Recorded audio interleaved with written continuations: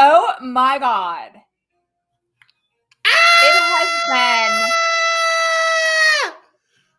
It has been a whole year. Ow. 1 whole year of wine and witchcraft. Oh How my is God. that even legal? How is it legal? How is it okay? How has it been okay for us to be on the air this long? I thought we would have been canceled by now. I mean, we've been canceled like 8 times. We just ignored the notice. That's true. Just keep coming back. I cannot believe it has been a year. This is our, I think, well, technically our 12th show, right? For the year, our 12 months. I honestly can't even believe it. We have been waiting for this day for so long. We have so many giveaways, some special guests that are going to appear on tonight's show. We're just letting you know now in advance that this show is going to be a ball of fun and a complete fucking disaster. So it is one year. As if our 11 other shows were not a ball of disaster. That's true. This will be the ultimate disaster. That is 100% true. But I will say that we normally try to keep it, somewhat. Thank you. I appreciate that. Hi, everyone. Welcome to the show. I need to open up my champagne because it's been a year. How have you not opened up your bottle of booze yet? Shit. Because I'm trying to respect our show and what we've accomplished together. So, oh my God, I'm nervous. Okay. Turn the head away. That's what she said. Okay. I'm drinking some Verdi cheap champagne. Okay. That's not really that cheap, is it? I don't really remember that being that cheap. I think it's like $6. But what I love is that I can use this for witchy water or piss or whatever you need on a long summer day. Also, I have a backup bottle that I've already opened. A little Pinot Grigio from, of course, the Winking Owl. Your cheap as fuck little Aldi store shit. You're a whore. All right, I am drinking because I'm classy like that. Lake Ridge Winery, straight from Claremont, Florida. Local by local bitch. Southern White. Justin, you've had this. It tastes like muscadine grapes. It is delicious. It's, if you ever see this in your stores, Lake Ridge, Southern White, muscadine grapes, it tastes like grape juice. It's the best shit ever. So buying local tonight, supporting my local vineyards. And I'm going to warn everybody in this show that it is 8:00 or 8:03. I'm going to warn you ahead of time that this bitch is probably going to be fucking piss ass drunk by 9 p.m. Okay, I was like, I did not sign up for a fucking 15-hour show. By 9 p.m. And I swear I have not been drinking. Okay, maybe a little bit. I got my hair did today. Channeling my inner Stevie is what I got going on here. And I got my hair did today, and they feed me wine when I get my hair done because I've been seeing her for like 10 years. And she knows me, and she overpours my glasses of wine at the hair salon. So I've had a little, just a little. Yes. Well, I got my hair done as well. No. Yes. I had to show up and show out for 1 year. Thank you so much. We knew we had to do something crazy for the 1 year anniversary show. Hats were a must. I mean, what witches don't wear hats on major events? We had to do it. Okay, let's see who's in the chat right now. Okay. Books Lavender Tea. Hello. She's first. Hello, Firsty. Hi, Books Lavender Tea. Thank you for coming, sweetheart. Thank you so much, Sherry LaFay. Okay, Sherry. Okay, honey, Sherry. Hold on. You are the sweetest. We were already in the studio talking about the show, and we saw what you posted on Instagram. You are the sweetest. You are the absolute sweetest. So thank you so much. I have loved Sherry. By the way, Sherry released a book. Did you know? I did not. Okay, but her book is the coolest shit ever. Okay, this bitch. She released an activity book for adults, for adult witches, that is encompassing like coloring, studying, learning, fun activities, witchcraft, spell work in an activity book that makes witchcraft fucking fun as fuck. Okay, so it's on Amazon. What's the name of the book? Sherry, what's the name of the book? Sherry girl. Sherry, please write a comment in the comments. Plug in your book because it's cool as fuck. Correct. Okay.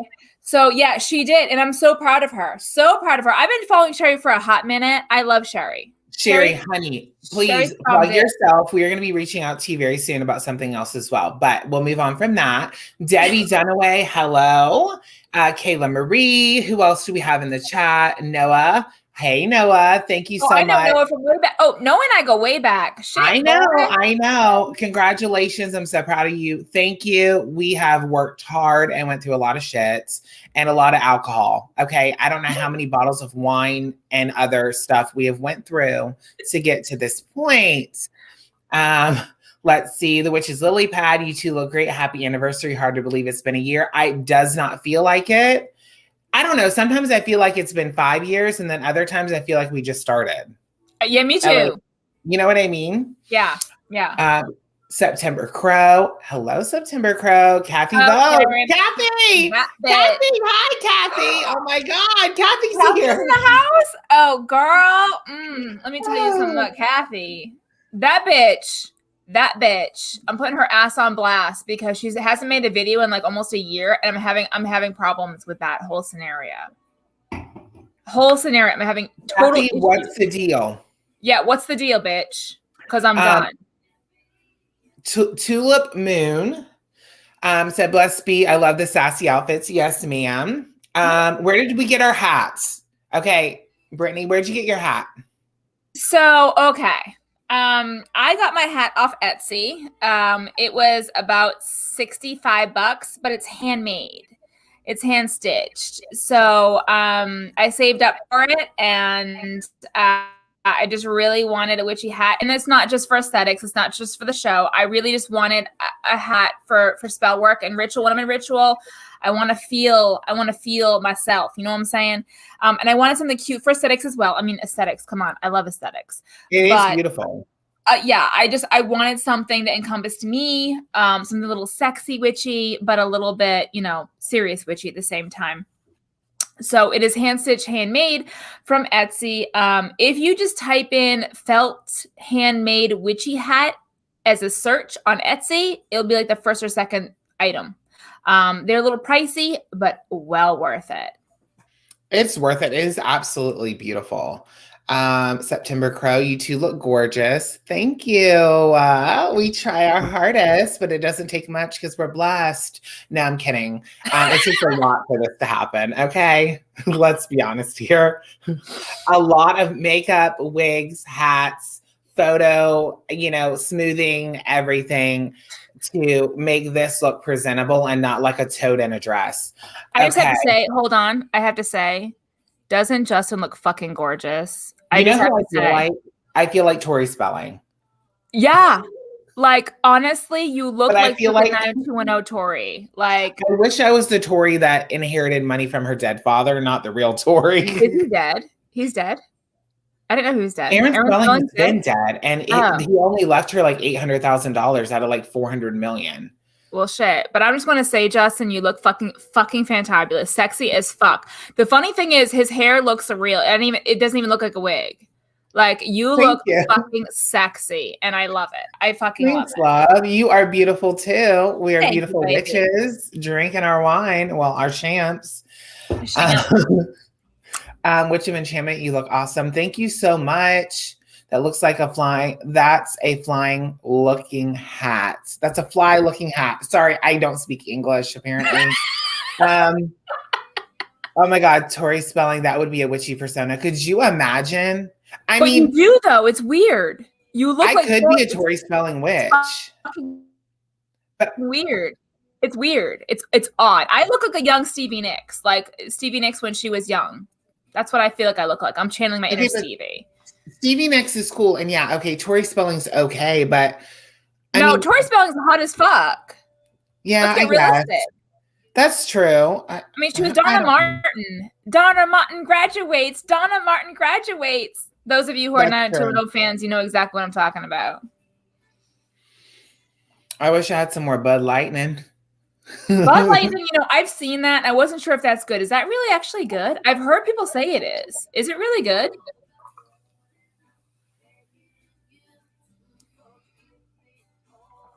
Oh, thanks, Books Lavender. I'm just gonna call you Books Lavender from now on because it's get that long name. But now I really want to read a book and drink some lavender tea. To be honest with you, I just want to read a book and soak in a lavender bath. Personally, ooh, that would be good too. But I do love lavender cupcakes. I love eating lavender flavored stuff. I've had lavender tea, but lavender cupcakes, is that really good? They're so good, and yes, they're so good. Oh, to call her BLT, that's actually fucking funny. That's gonna make me hungry. Bacon, lettuce, tomato. Bacon, lettuce, tomato. And I did want. Okay, so we're gonna have a couple people on the show. We're having on that girl, that guy, and then another one. Okay, so that's who we're gonna have on the show. Kelden will be here. That witch Tasha will be here, and Dana, the Shadow Moon Witch, will be here. I have some sort of hair situation I need to take care of. Anyways, okay. I did want to go ahead. I think we should take the opportunity to show people what we're going to be giving away throughout the show. Yes. So 8 items total. 8 items total. So we are going to do beauty before age. So I'll go first. Okay. Because I'm old as fuck. Thanks. Okay. It's like an oven under here. Just know that. Okay. Well, Mine's isn't comfy cozy. Well, your hair is attached to your head. I have on basically 2 hats right now. Literally, I have on 2 fucking hats and I'm drinking alcohol. Oh, God. Okay. So the first thing we're going to give away is a Hecate statue. Now, the one that I'm going to be giving away is actually still in the box. It hasn't been opened, okay? But this is the one that I have. Now, this was actually gifted to me by a very special somebody, and she's here in the show. She actually just got here, I believe. That's right. And that is Gemini Grey Wolf. She is. Sent this to me. She is very sweet, and I was just so honored, and I love this statue. So I do have another one that I'm going to be giving away on the show today. So, yes, it's a duplicate. So we're going to be giving that away later. Hi, Tiny Trinkets and Tarot. Tiny Trinkets and Tarot. That sounds familiar. I think I follow that person. I think we both do because it sounds that sounds really familiar. I know that person. Okay, so there's a couple other things. Tibetan worry dolls. I don't know if you guys have ever seen these before. Okay, let me explain what happened. I mean, Guatemalan worry dolls. Guatemalan. I don't know why I said Tibetan. Oh, Tibetan singing bowls. I don't know what their ethnicity is. Ethnicity, humanity, hereditary, ancestry. Wow. I'm just gonna open this. My bottle's already almost gone, so you'll have to excuse my behavior. Anyway. So I was supposed to only order like 2 of these, and I wound up ordering a whole fucking bag of these little creepy dolls. Okay. Now, the witch. Hey, girl. So I got a whole bunch of these. Now, traditionally, what these are used for is you can tell these dolls your worries, whisper it, and put them under your pillow, and they'll help take away your worries. They help bring comfort to you. So I have a bunch of these. There is 4 in a little slot and a little pouch. So I'll be giving these away as well. We're going to give away the Moonology Oracle deck. Ooh.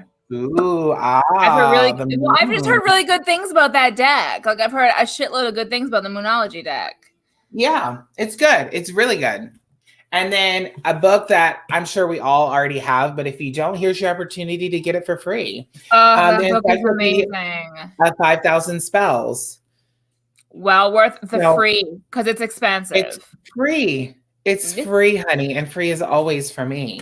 Yes. Okay, so those are all the things that I'll be giving away within the show. Brittany, why don't you show our lovely people what they can get from you? Okay, well, we have these genuine leather, and actually they smell so good because they're genuine leather.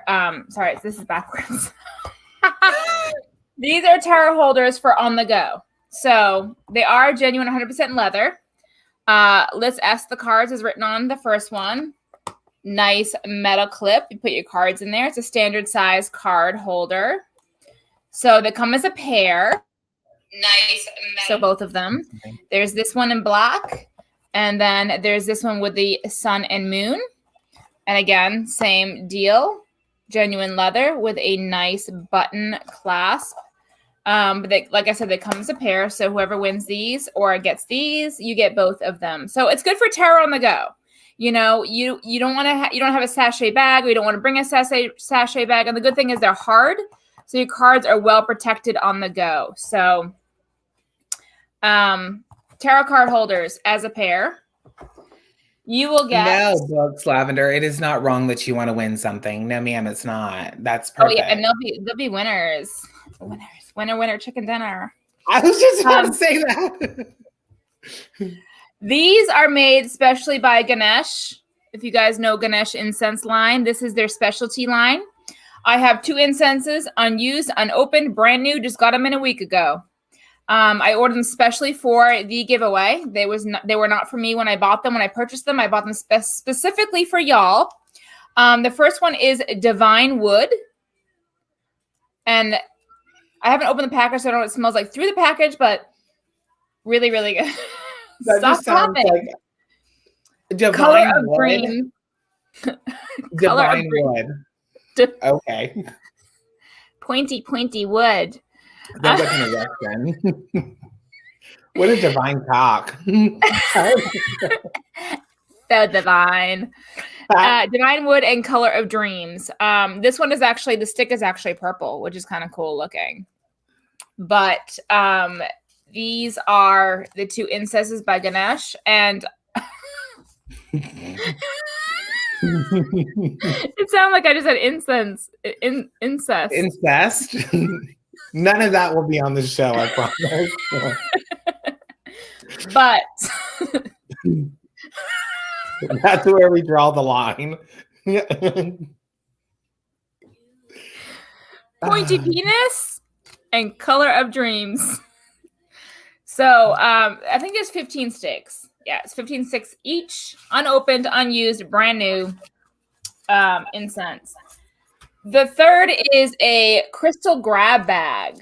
So you get all these lovelies. There's a lot of lovelies in here, and it would take me a hot minute to go through them all. But you got some citrine, some carnelian, some aventurine, some garnet.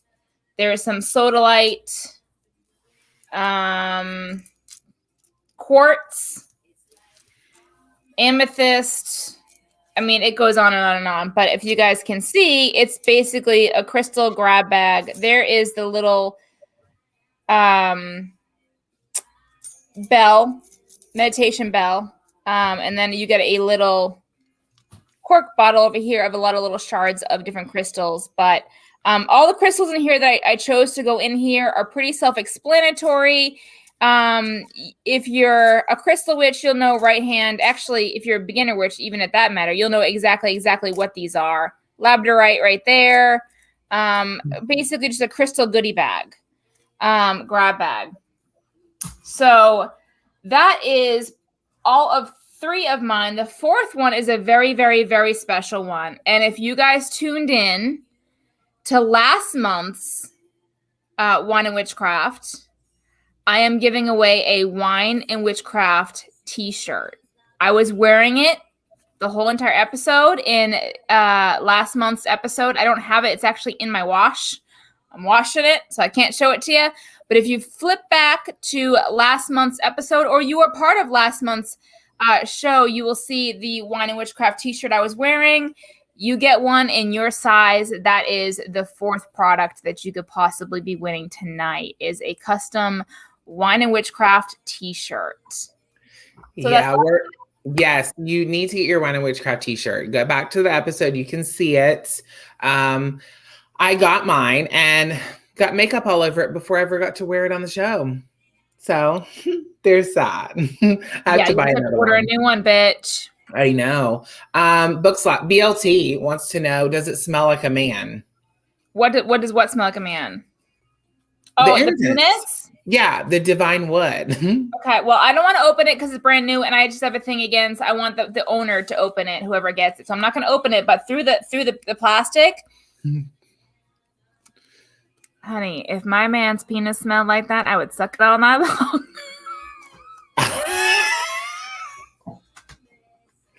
I mean, no harm, no foul. You can't get pregnant through your throat. What did he say?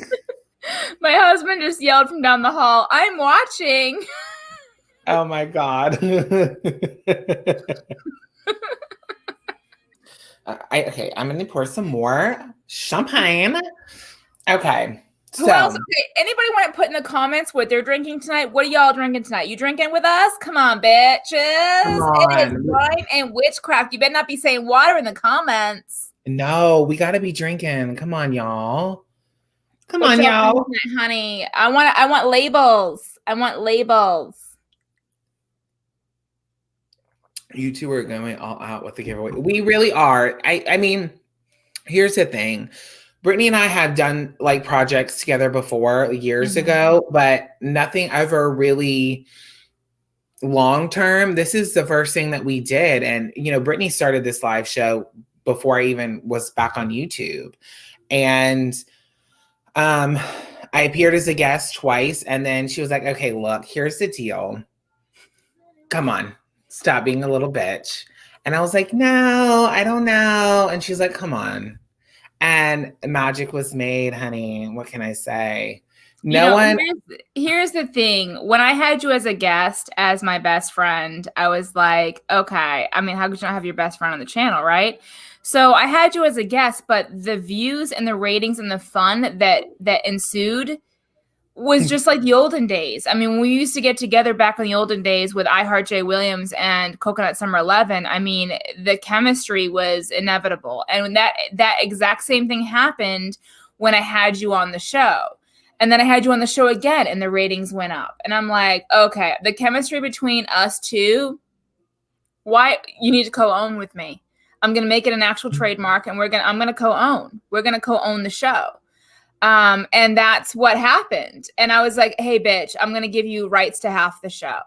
And you looked at me like, are you sure you want to do that? And I'm like, yeah, I want to do that. Because the thing is, a lot of people don't realize is the show has grown in enormous proportions in a very short period of time. We have product people that have businesses wanting to sponsor us.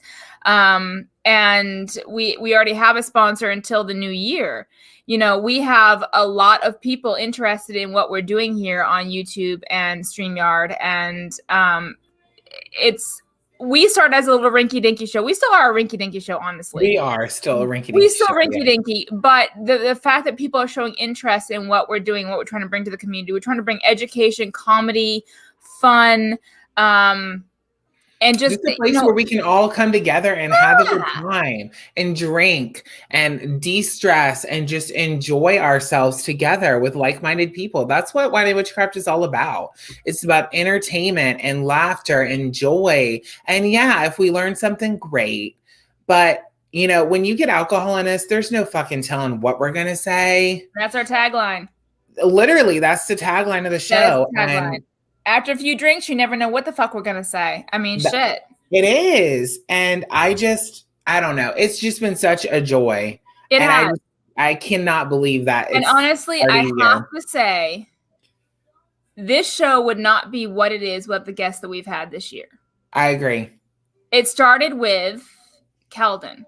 And that was before the trademark of Wine and Witchcraft. He came on because I loved his book and I wanted to have him on to promote his book and to talk about it and to clarify for those who may have questions about the book and to just to have fun with Kelden. And that is what set off the show.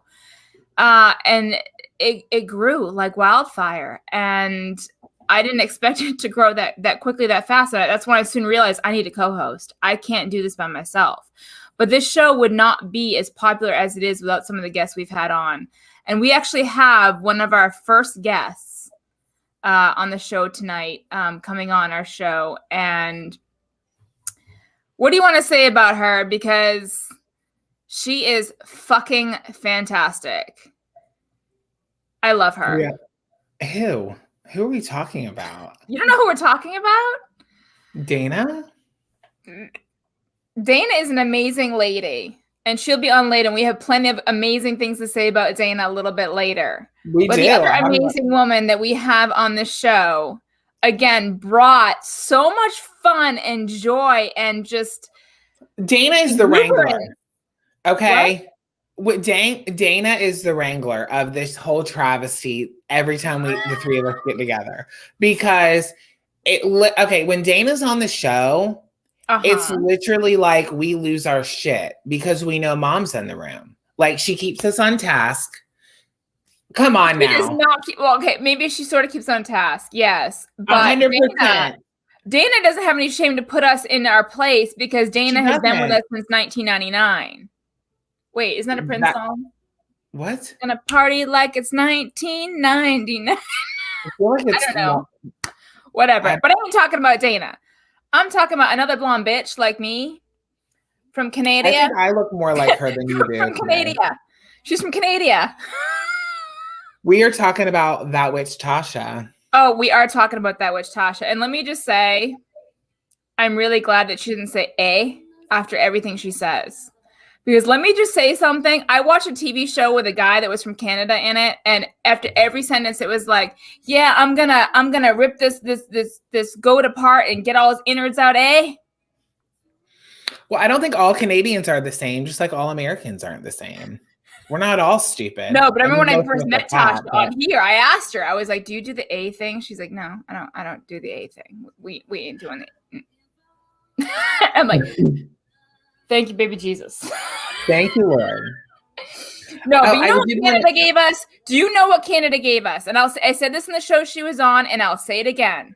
Oh, God. Maple syrup. Yes, but no. God, I was about to say, are you fucking serious? Canada gave us fucking ice hockey, bitch. Canada.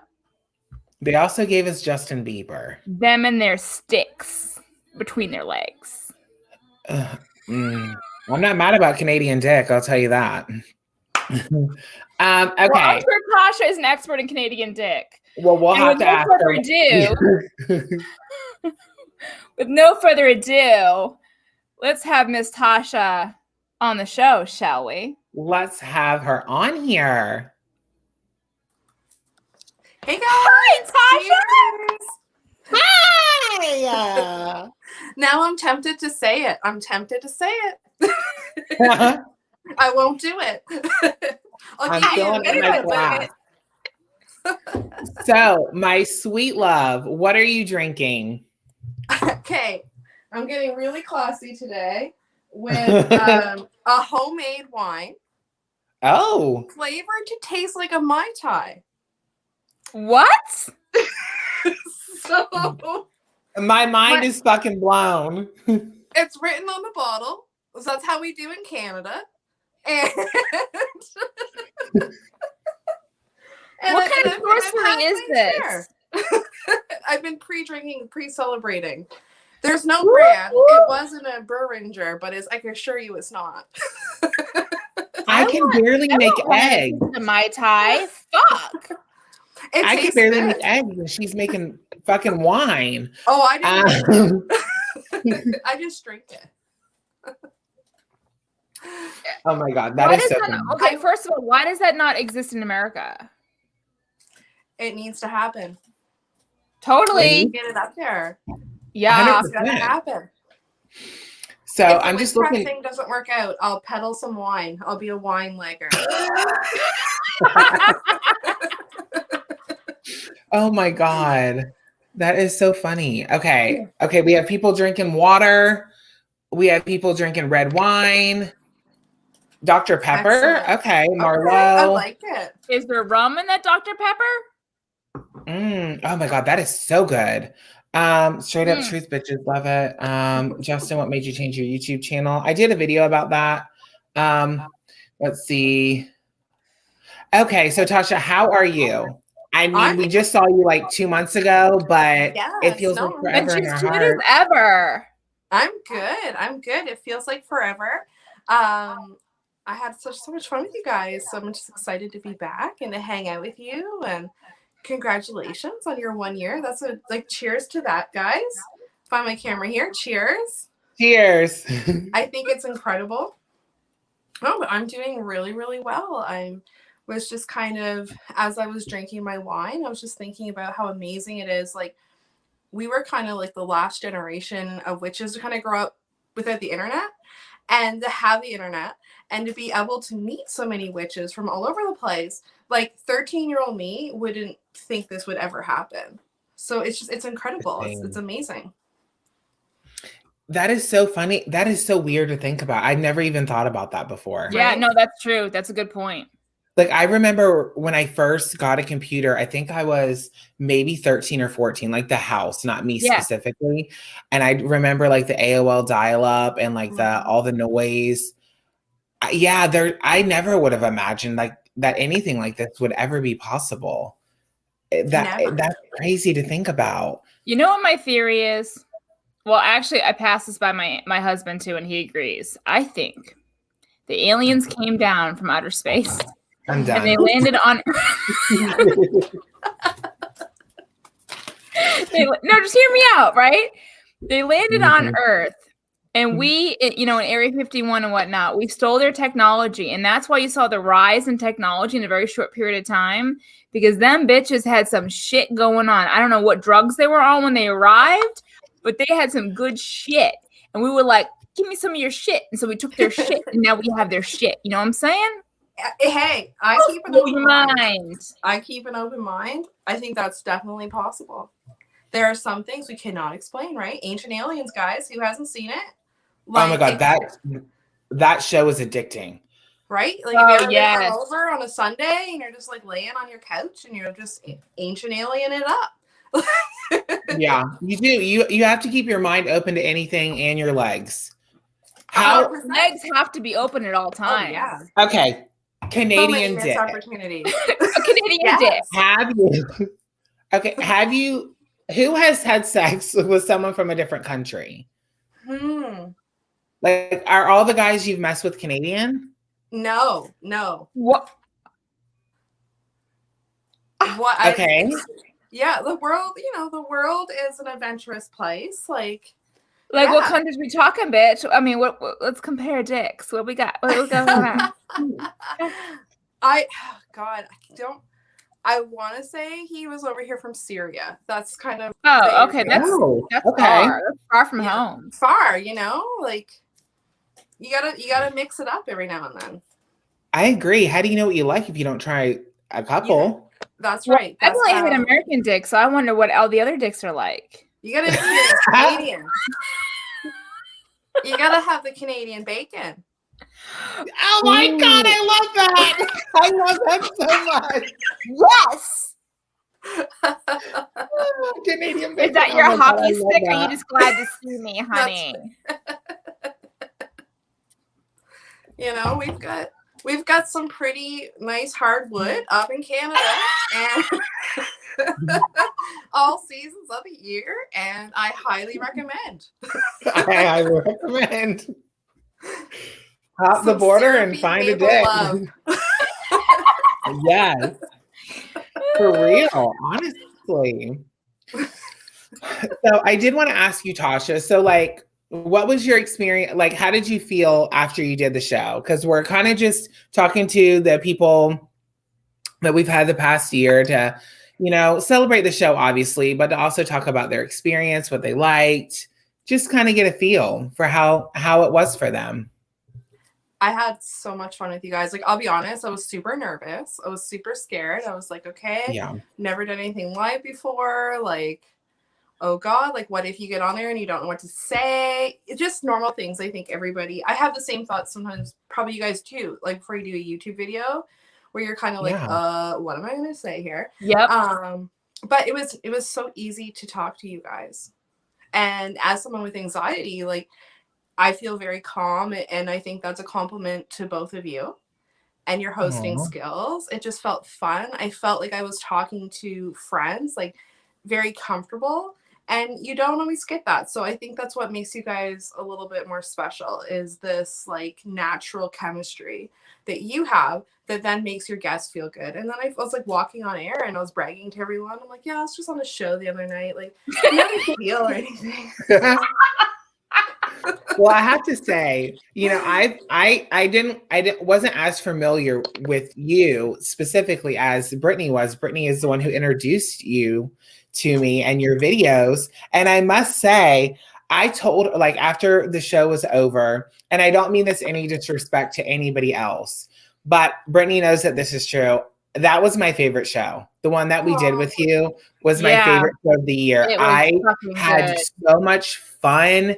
The banter, like, you went back and forth with us so easily. Good.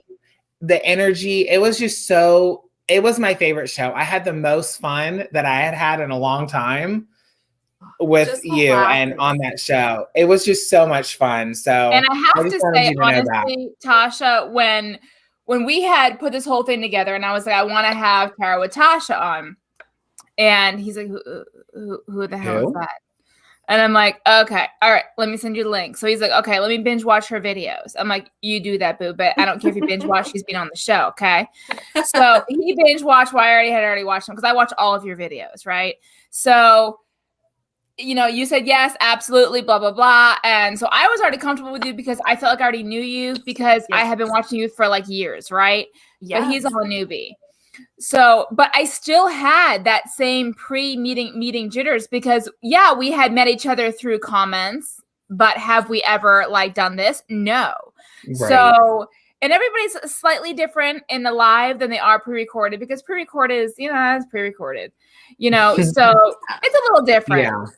Yeah. So, but when you got in the studio, because those of you who don't know, we ask our guests to be in the studio a little bit early, to have a little one-on-one me time to get kind of work out those kinks and those jitters.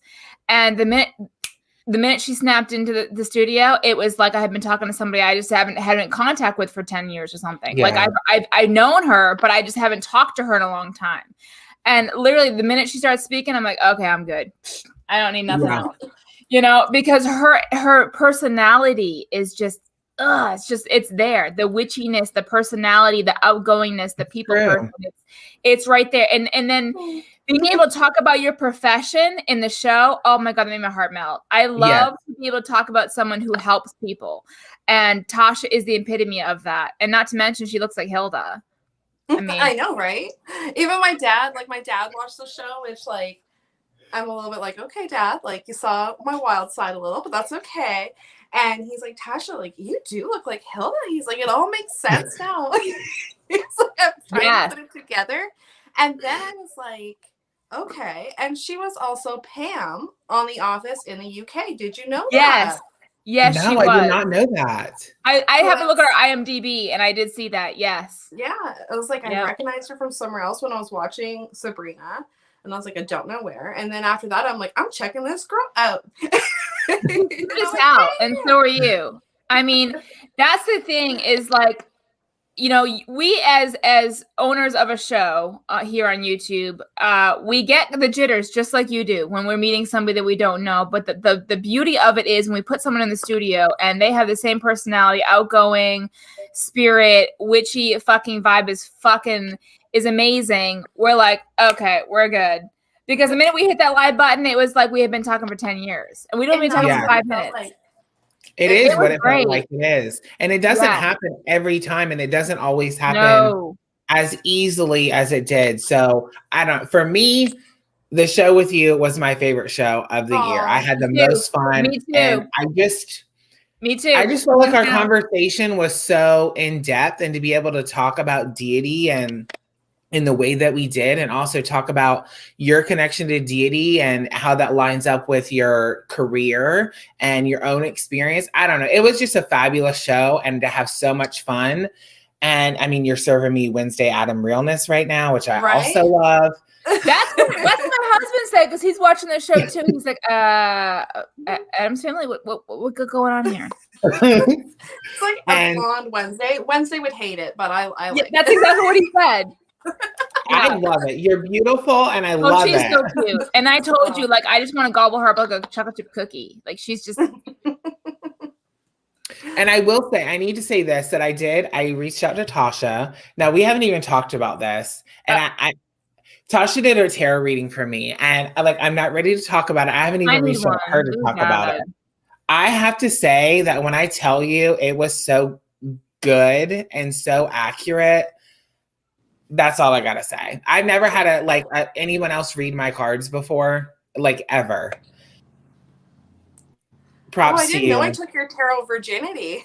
You popped my cherry. You and you did, left because me I know him. I've known him for years. I know him for over a decade, and he's never gotten external tarot readings. No. And that means he must have trusted the fuck out of you to do that. And I have to say, the funny thing is Tasha, I have been watching your videos for years. I mean, since I was the Skittle Cat Spiritual, I think, from the very beginning, I've watched you. And after I had you on the show, to get to know you, like the core, every time you post a fucking video, I'm like, oh shit, hold on. Everything in my life needs to stop. Tasha posted a video. Honestly, I was at work, because I work overnights now, and you had posted a video, and I'm like, do I have to go pee? I think I gotta go pee. Excellent time to watch a fucking video. Yeah. Because I'm trying to find excuses, like, I need to watch this video. What can I do right now where I can watch this video and no one else will know? I gotta go pee. No one questions the bathroom. Done it. I have watched your video on the pod at work. I'm not gonna lie. I've done it. Good. That's you know what I'm saying? But that's the excitement that you bring to the table in the witchcraft community. Is we get fucking excited when you have posted a video, and that is fucking amazing. So just know that when you post content, I want to fucking watch, baby. Thank you. Same. Thank you. Just saying. Same. You're just a beautiful person, and your content is just so honest. And what I love about it is that it's not like I love the fancy stuff, but I just like to hear people and to connect with real people. You know what I'm saying? And so it's nice. Yeah. And my favorite in her last video, she's got a Janis Joplin fucking candle. Did you guys I got Janis with me tonight. Motherfucker. Okay. She's got a Janis candle. Enough said. Yeah. Well, and you know what? And that's the thing. I was so inspired because we had talked about it in the previous and in Tasha's show. We can connect with any archetype, even if it's just a character, a fictional character. That inspired me. I love that show, and I love you, and I loved your house tour. I think that was an older video. Oh my god, I love that video. Yeah, it was an older video. I watched that one. Yes, I gotta do an updated one. A lot has changed. Yeah, because didn't you remodel or something? You did something to your house, new kitchen and just different. We have painted and just different things like that. So. Get on it, girl. Hello, video. Bitch. On it. But when we talk with Tasha on different things like deity, so has your deity changed at all, or are you still following the same deity since the show? Pretty much the same. I have been feeling every summer as happens, I get really into Pan for the summer. Okay. And then in my mind, he just, I don't know, in the fall, he just does his own thing and I go back to my normal thing. Then summer comes again and I'm like, ooh, Pan. I don't know if it's summer is just a hot and sexy time. So I associate that with Pan, right? Yes. So I think that So I've been flirting with Pan a little bit this summer. It's like my summer witchy romance, I guess. I love that. Yes. It is. I mean, he's sexy. Let's not. Goat man, don't even get my husband all the time. He's like, Tasha, you and the goat man, but I can't. Yes. Now I'm confessing my darkest secrets here, but like, goat man, sign me up for that. I'm all with you. Like, I don't know if anyone has seen American Horror Story Coven. And okay. And with Queenie, I know there was no consent. Don't come for me. But I would have consented. That's all I'm saying. Right? Yeah. Like, I've been waiting outside. Like, just waiting. Like, just waiting. Legs up. Legs open. Legs open. Like he'd probably just turn around and be like, nah, not for me. Like, come on, it's already lubed up and ready for you. Come right on in. Lisa S said that she actually found Tasha from our live and loves her channel. Awesome. So, yay. I love that. I love introducing new witches to new witches, or new witches to old witches, or old witches, new witches, whatever. I love introducing people to people. Oh, the more perspectives, the better. I love seeing how vibrant the community is, and just more and more people, and anyone watching who wants to start a YouTube channel and is too scared to, like, do it. Seriously, do it. It's so worth it. Like, the positives outweigh the negatives for me way over. Like, I was so nervous starting a channel, but I'm so glad I did it. And like, oh yeah, just do it. You meet incredible people this way. I agree. And I just think the more people there are, the more robust the community is, the more, vitality we have. I just think it's, especially with the internet and the way that it is, like, why not create our own community? And that's like we were talking about earlier. That's really the thing that Wine and Witchcraft is trying to focus on. Like, let's just entertain people and bring witches together in a place where we can just drink and enjoy each other's company and be happy and laugh. And if we learn something, that's great. But if we don't, we're drunk and we're witches. Who cares? That's right. And that makes it okay. So on the topic of, I think a lot of the energy, kind of encompassing Tasha is the fact that she's absolutely gorgeous and cute as fuck. Yes. I just want to put in here that Books Lavender Tea says that she's too scared. She's not pretty enough. Oh, no. Here's the thing. Books Lavender Tea, yes, that's true. I have not seen a picture of you, but I don't need to. Honestly, this up here speaks volumes. It really honestly does. It doesn't matter what all this shit looks like. It's what's up here. Yeah. And from what I've seen of you, BLT, you are the sweetest soul. So you're beautiful. You're gorgeous. Honestly, but probably if I saw a picture of you, it'd be like, you're fucking crazy. Because most times, 9 out of 10, I'd probably see a picture of you and be like, what the fuck are you talking about? Because you are beautiful. So stop it. You're gorgeous, honey. Gorgeous. And that's the thing is, there are things about me, and Justin can say the same, and I'm sure Tasha can say the same. There are things about me that I'm like, ew, all the time. I'll look in the mirror after I get out of the shower, I'm like, So we've all been there. I think I'm fucking butt ass ugly. We all do. But you know what? I've learned it's what's on here and what's in here. And that's what 100%. Makes you absolutely gorgeous. And I can tell you right now, from the time that you spent with us here in the show, you're gorgeous. So knock it off, bitch. Honestly, like, I've never looked at someone and I've never ever thought they were ugly, to be honest. I haven't either. Inside, no, I haven't either. Seen ugly inside. But if we're just taking people, outside people, I've never looked at anyone and was like, oh, they're ugly, they're unattractive. Like, I literally always see like what is beautiful about someone. And I think like we criticize ourselves so much. We put so much pressure on ourselves, and it's like, but in reality, other people are like, damn, like, hello. Because society gets in our fucking head. No idea. Yeah. Like, it's terrible. But we're constantly pressured to fit in this mold. And I would love to see more people who don't fit in the mold. Like, right. I was. I At mean, the I look at beach. you, Tasha, and when you came on the show, even when you were sitting here now, I'm like, oh, I wish I had that of hers, and I wish I had that of hers. You know what I mean? Like we sit here, and I'm like, guys. if I could just have your nose, I'd be okay. You know what I mean? Like we do that. We do that. I mean, Justin and I have been talking about body dysmorphic disorder, where we see something else in the mirror that those around us do not see. And Justin and I have it hardcore because I do not see what all these people fucking see. I see myself as fucking like Gollum from fucking Lord of the Rings. That's what I see, okay? My precious. I'm telling you, before I got my hair done, I did look like that.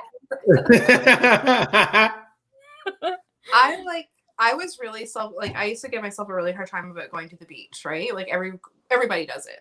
I do too. Men, women, everybody does it. And and then I decided like this year, it took me 34 years to come to this realization.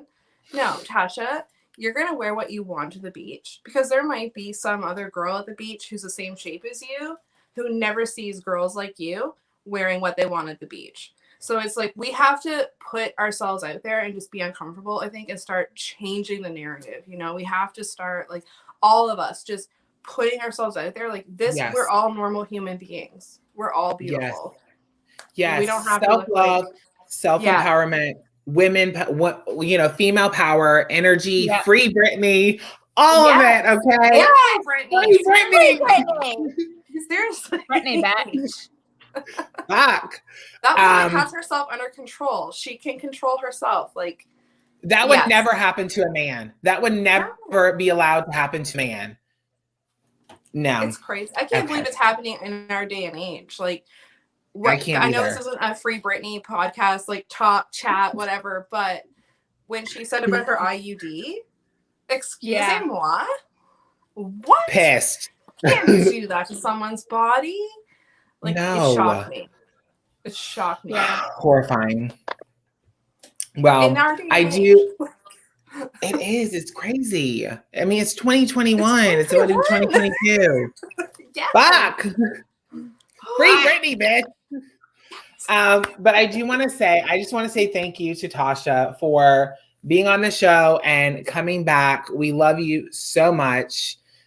We are obviously going to have you on the show again in the future. You are just such a pleasure, and you are valued, and you are loved, and you are beautiful. Thank you for being you.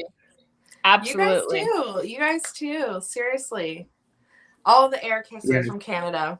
I know, air kisses. I feel like the queen.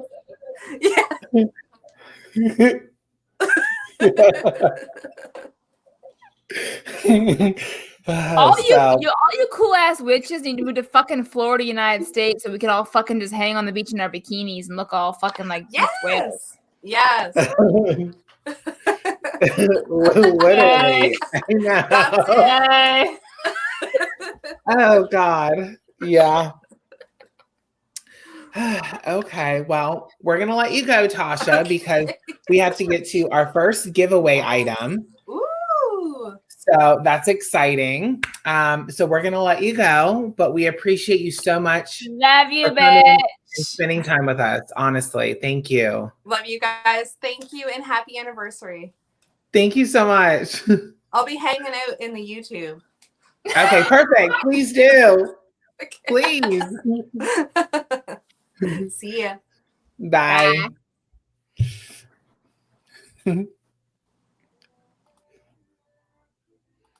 She's so sweet. I just love her. She is amazing. I fucking love Tasha. I can't even deal with the amount of cuteness. Every time she comes on the fucking show, the amount of fucking cuteness, I can't deal.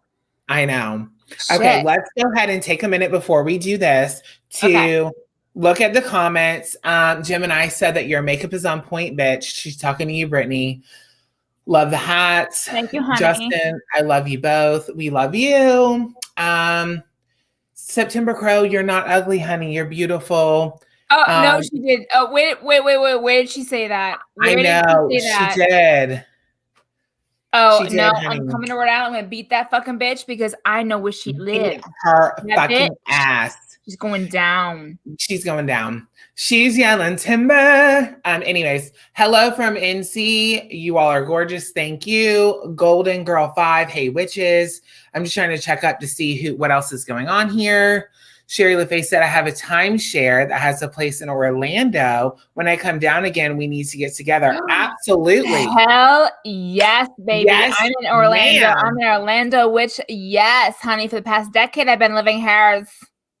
Yes. Gemini Grey Wolf said she's moving to Florida early next year, would be down there in September. We'll have to see you. We'll have to have a witchy meetup. Here's the thing. I think, and me and Brittany have been talking about this, we need to have a witchy meetup. For real, in Florida, Florida witches, come on down. Let's get it going. Okay, yes. Let's get to our first giveaway item. And that is going to be, what are we giving away first? I done forgot. Bitch, really? We're giving away the Moonology, right? No, the first on the list was the Hecate statue. The Hecate statue. Here we go. Okay, so I'm going to pick a question for the Hecate statue. So the way that this works, if you want in on this giveaway, what I need you to do is I need you to put a heart in the chat right now. If you want to be in this giveaway, put a heart in the chat right now. This isn't, all this is free. Nothing needs to be paid. Okay, so it's all free giveaway. So if you want this Hecate statue, you need to put a heart in the comments right now. I need to pour and open my second glass. Are you done with your first bottle yet? Or are you still being a pussy ass little bitch? Halfway through, but I gotta go pee. So as they're putting hearts in, I'm gonna run to go pee real quick or right out them doors. Sounds good. Okay, I'm loving it. We're seeing hearts. We're seeing hearts. I have hair in my mouth. Yes, come on. I want to see those hearts. We're going to give away this Hecate statue. Now, how we're going to do this, just so everybody knows, we're going to be doing giveaways throughout the show. Okay, so everything's going to be given away throughout the entirety of the show. Now, to win the product, you have to be able to answer the question. The first person that answers the question wins the product. Now, just for clarification, the show does air in 3 places: my channel, Brittany's channel, and the Wine and Witchcraft channel. Again, please go subscribe to the Wine and Witchcraft live channel, as next year that is where the only place we're going to be broadcasting. So keep that in mind. But the first person that shows up in our chat with the correct answer, okay, the correct answer will win this statue. Okay. If nobody wins it, it goes around to another round. Okay. So I see everyone's here. Is everyone by their computer and ready for the question? Oh shit, we got a lot of hearts, but I was going pee. Okay. I had a pee break. Okay. Whoa, shit. So I'm going to set this right here. I'm going to pick the question. Okay. So the question for the Hecate statue is this. Is everybody listening? Yep. Okay. And in one of the previous episodes, we talked about our trip to New Orleans. Okay. What did Brittany say the city was vibrating like? Do we remember? This is the 1-year anniversary, honey. You got to know the show. What did Brittany say that New Orleans was vibrating like? Does anybody know? Let's see.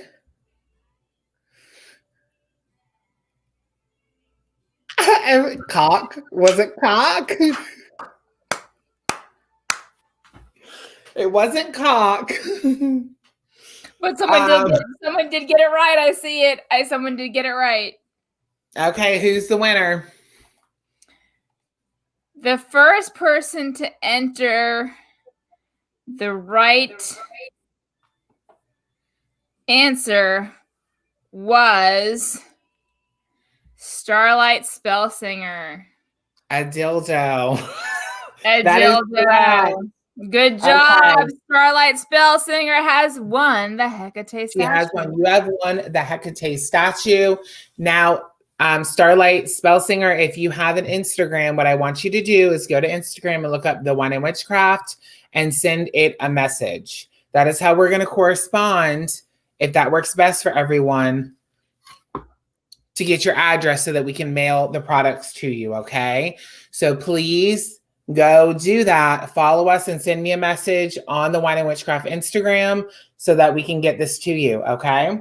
So congratulations. Good job, Starlight. Thank you so She's- much because yes. she remembered from the last episode where we talked about dildos and the city of New Orleans vibrating. I did say, oh my God, the energy was so amazing that it's vibrating like a fucking dildo. Yes, honey. Yeah. That was my fucking potty mouth. Yeah, well, yeah. Hello. Okay. Let's see here. Was it a cock vibrator? I mean, that was a good pick, Sherry LaFay. No, they were all right, but she was the first person to get it in. Yeah. Oh, well, that's what they said. That's what she said. That's what she said. That's what she said. Okay. Are you gonna keep drinking or what are we doing? I have to touch up my lipstick. I just want to show you guys this lipstick because it's fucking amazing. I know this has nothing to do with witchcraft, but it so totally does. So you see this lipstick, you know, it like pops in this thingamajigger, but look at this shit. It's got glitter on it. What the fuck? What is this, bitch? That is so beautiful. It's fucking magic in a lipstick. I mean, hello. So beautiful. So I just had to share it with you. Where I got it, BoxyCharm. Yeah, I have a monthly subscription box to makeup called BoxyCharm, and this came in it. Well, congratulations. I'm so excited for Starlight Spellsinger. I've also been following her for quite a bit. The immense amount of beauty that woman protrudes. I mean, have you ever heard her voice? No. Oh my God. Her voice is like to die for. Like I could just totally not even watch her videos and just listen to her. Her voice is like magic. She should be some kind of voiceover or ASMR or just, I could listen to her for days. I'm so happy she won because her voice, if you ever heard it, it is like angelic. Like I fucking love it. The gift of the voice that she's been born with. Oh, Justin, you're so missing out. You got Starlight Spellsinger. All of y'all gotta subscribe to her because honestly, like her voice is just like butter. I love it.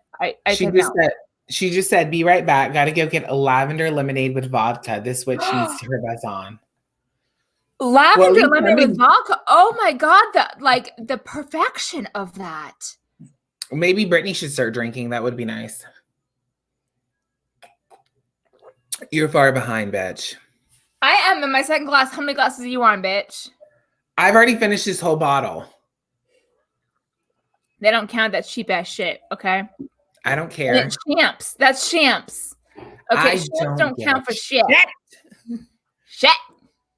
Fuck. Anyways, okay. I'll share the recipe. Oh, perfect. So. Yes, please do. Brittany. Yes, bitch. What was your favorite episode this year? What was your favorite show that we've done? I mean, I love Tarot with Tasha. I fucking love that woman. I know. I love her.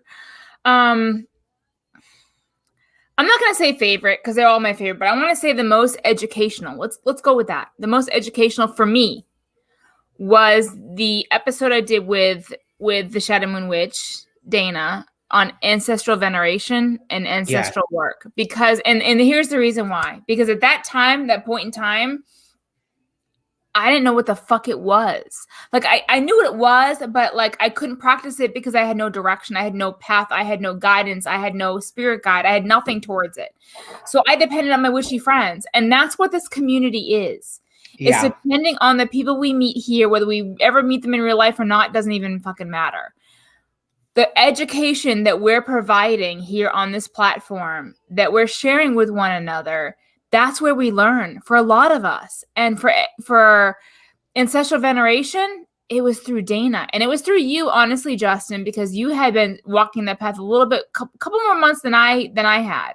Yeah. And I'm like, okay, so like if my ancestors were rapists, like how does that play into my life? And you're like, oh dear God. You guys were like, of course healing ancestral trauma is a good thing. It's a good thing. Right, yes. Both of you and Dana were like, oh, for the love of baby Jesus, of course she's gonna ask this fucking question. Literally. If my ancestors like killed, like were like mass murderers and killed like a whole slew of people, like, it be tribes or whatever, like how does that play out for me? And you guys are like, oh God, help us, please, for the love of baby Jesus.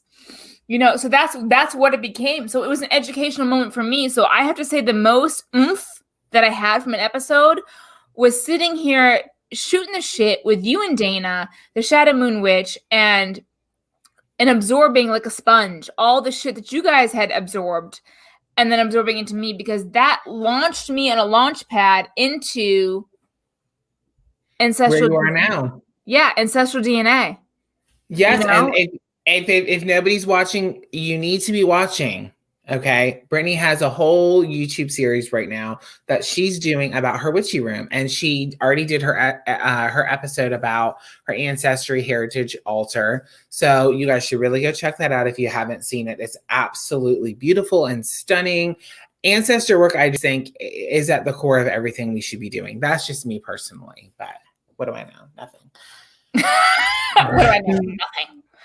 But you're absolutely right, because I honestly wouldn't have done Ancestry DNA if it weren't for that episode. And I ran it by my husband because it was expensive, and I'm like, hey babe, I'm thinking about finding about like the truth, because I have a feeling like my family's been lying to me. I just have this weird feeling, because they're all dead. So I mean, how am I gonna learn from them? You know what I mean?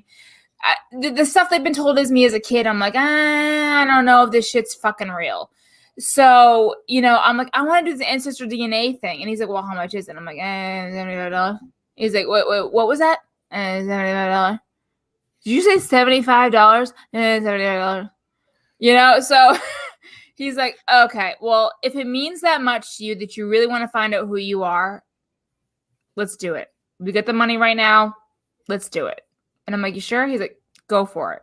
And I did it. And I did the whole spitting in a tube thing. I did the whole 9 yards. It came back.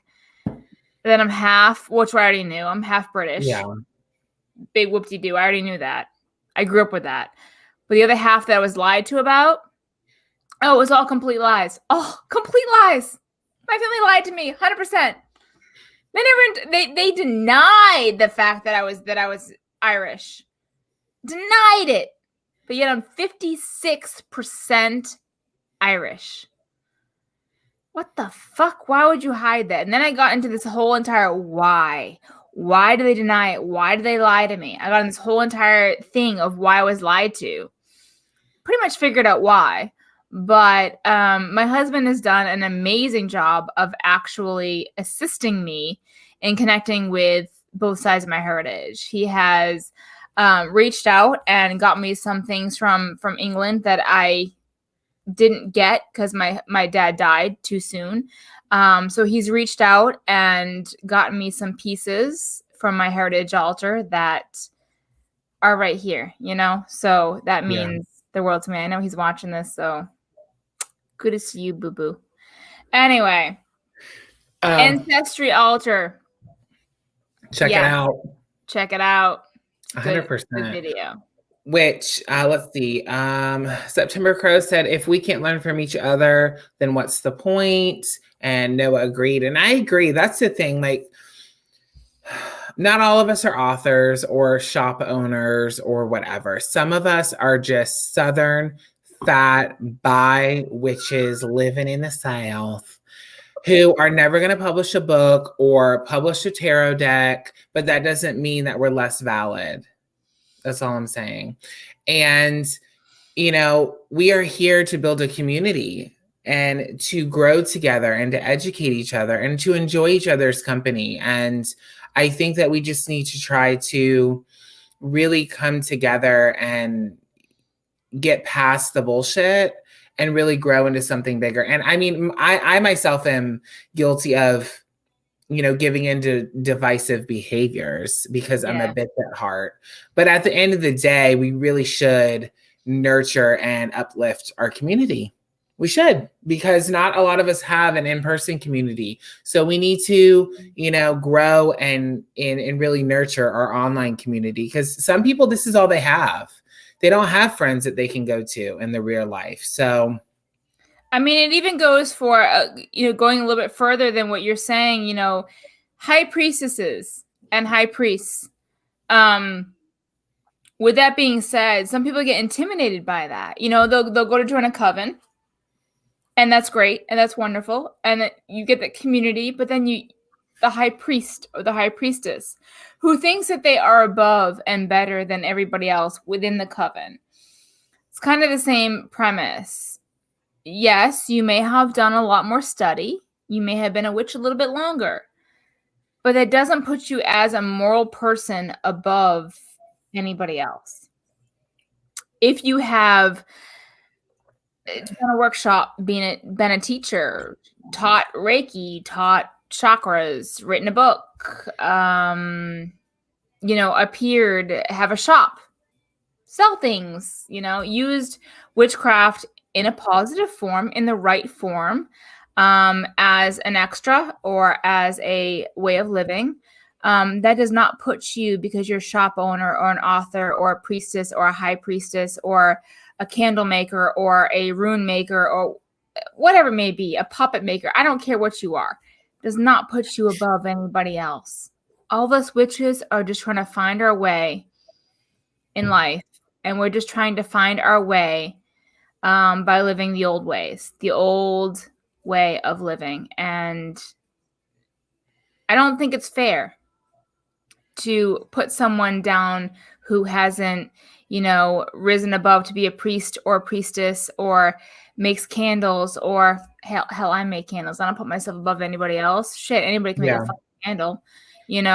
Yes, my candles are unique, they're mine, but anybody can make a fucking candle. Let's get realistic. Who has written a tarot deck, written an oracle deck, written a book. Don't put yourself on a high pedestal. Be there for everybody else and be on that same level, because you got to remember that you too once were that baby witch. Yes. And I was there. Yes, 100%. You're 100% right. And speaking of the old ways, smelly balls were a problem. Yes, can you imagine under those cloaks, and under those platoon pants or balloon pants that were never washed? Sweaty balls. Smegma was present. Smegma. But that would not have happened if they had Bloodbath products. Honestly, I know this is a plug, but at the same time, that's so true. If they would have had this, they could have had some tasty testes. This is ball polish.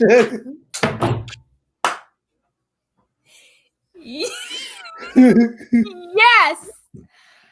Okay, so those of you who don't know, we are sponsored by Bloodbath products. They're a witchy / metaphysical / horror kind of bath and body company. They make incense, they make bath and body products, and they have sponsored us up until January.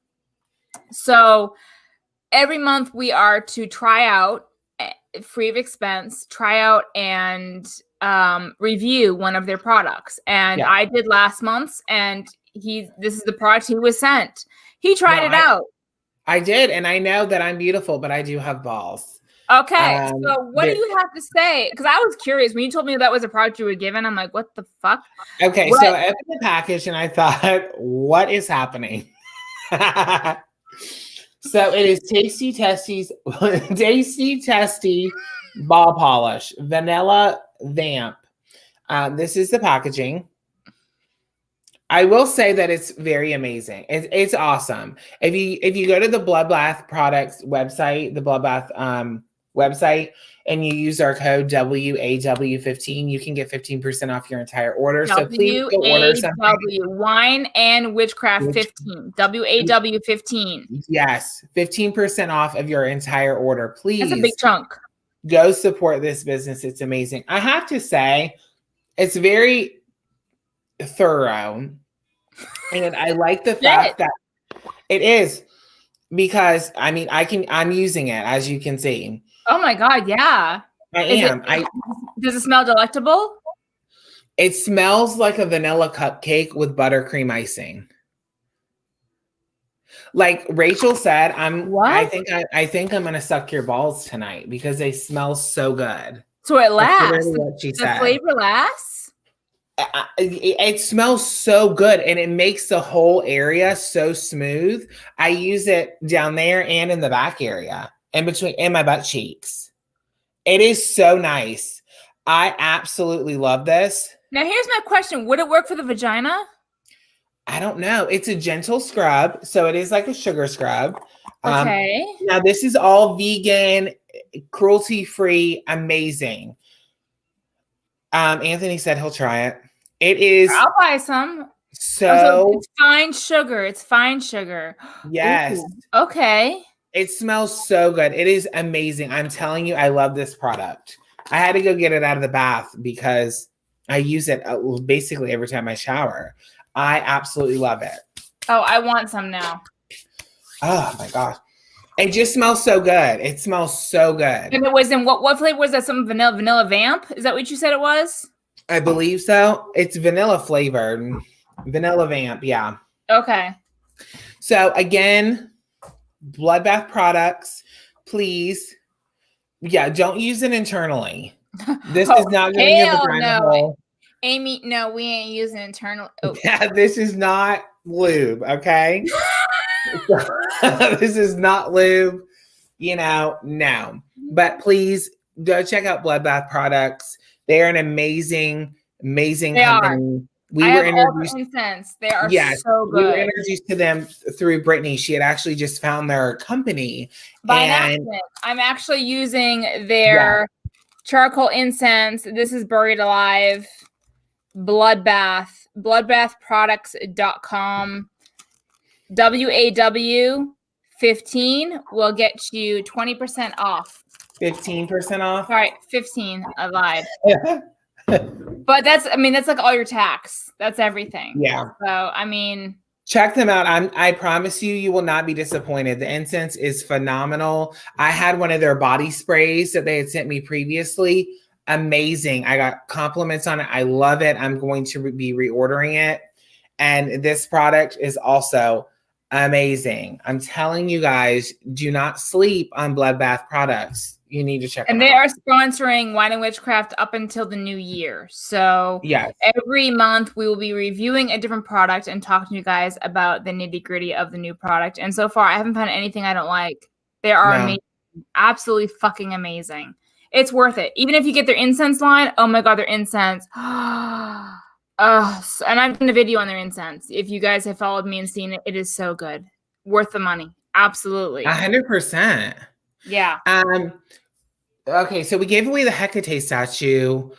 Do you want to give something else away?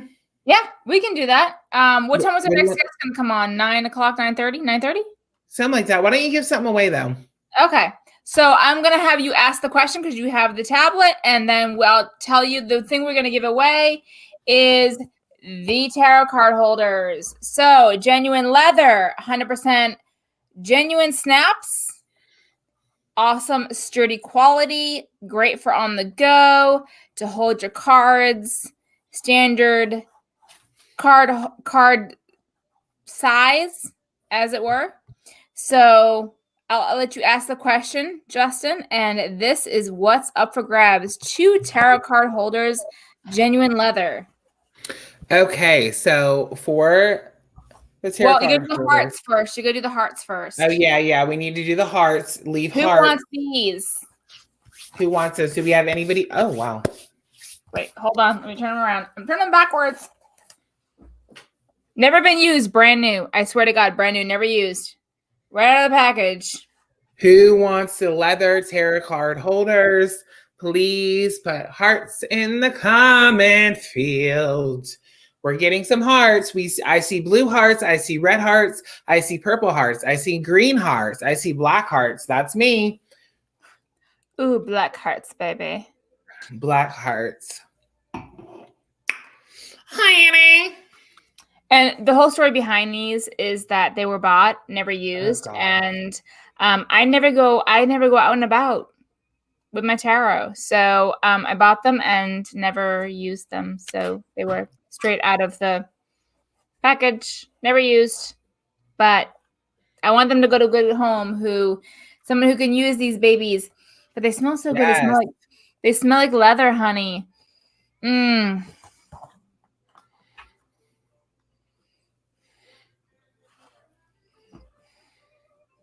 Okay, I see hearts, hearts, hearts, hearts, hearts. Okay, are we ready for our question? We are ready. Okay. Shoot it. So the question is, what was the topic for December's show? Ooh.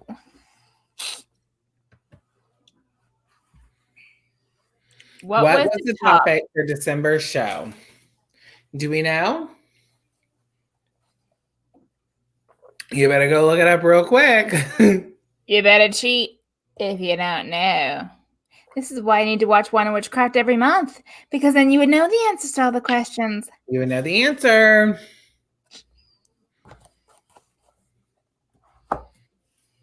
No, it wasn't Yule. We actually had a topic that was a little off for the month, honestly, when I look back at it. Sex, that was not sex magic, was Sherry LaFay. Sherry LaFay You got it! won. You got it! Sherry's the winner. Karen, September Crow, it was actual sex magic was February. You were close though. You were close. Sherry LaFay, got it, baby. Carla Moonlight, you were close. You almost got it. So Sherry LaFay, do the same thing we asked for before. Please instant message your address to the Wine and Witchcraft Instagram. Was that what we asked for? Instagram? Yes. And then Justin will hand me, because he's control of the Instagram, he will hand me the address to send you these tarot card holders. Ugh. The only thing I'm going to miss is the leather smell. Ugh, I'm going to miss that. But bitch, you deserve these, honey. You deserve them. I'm so excited for you. Okay. I'm so happy.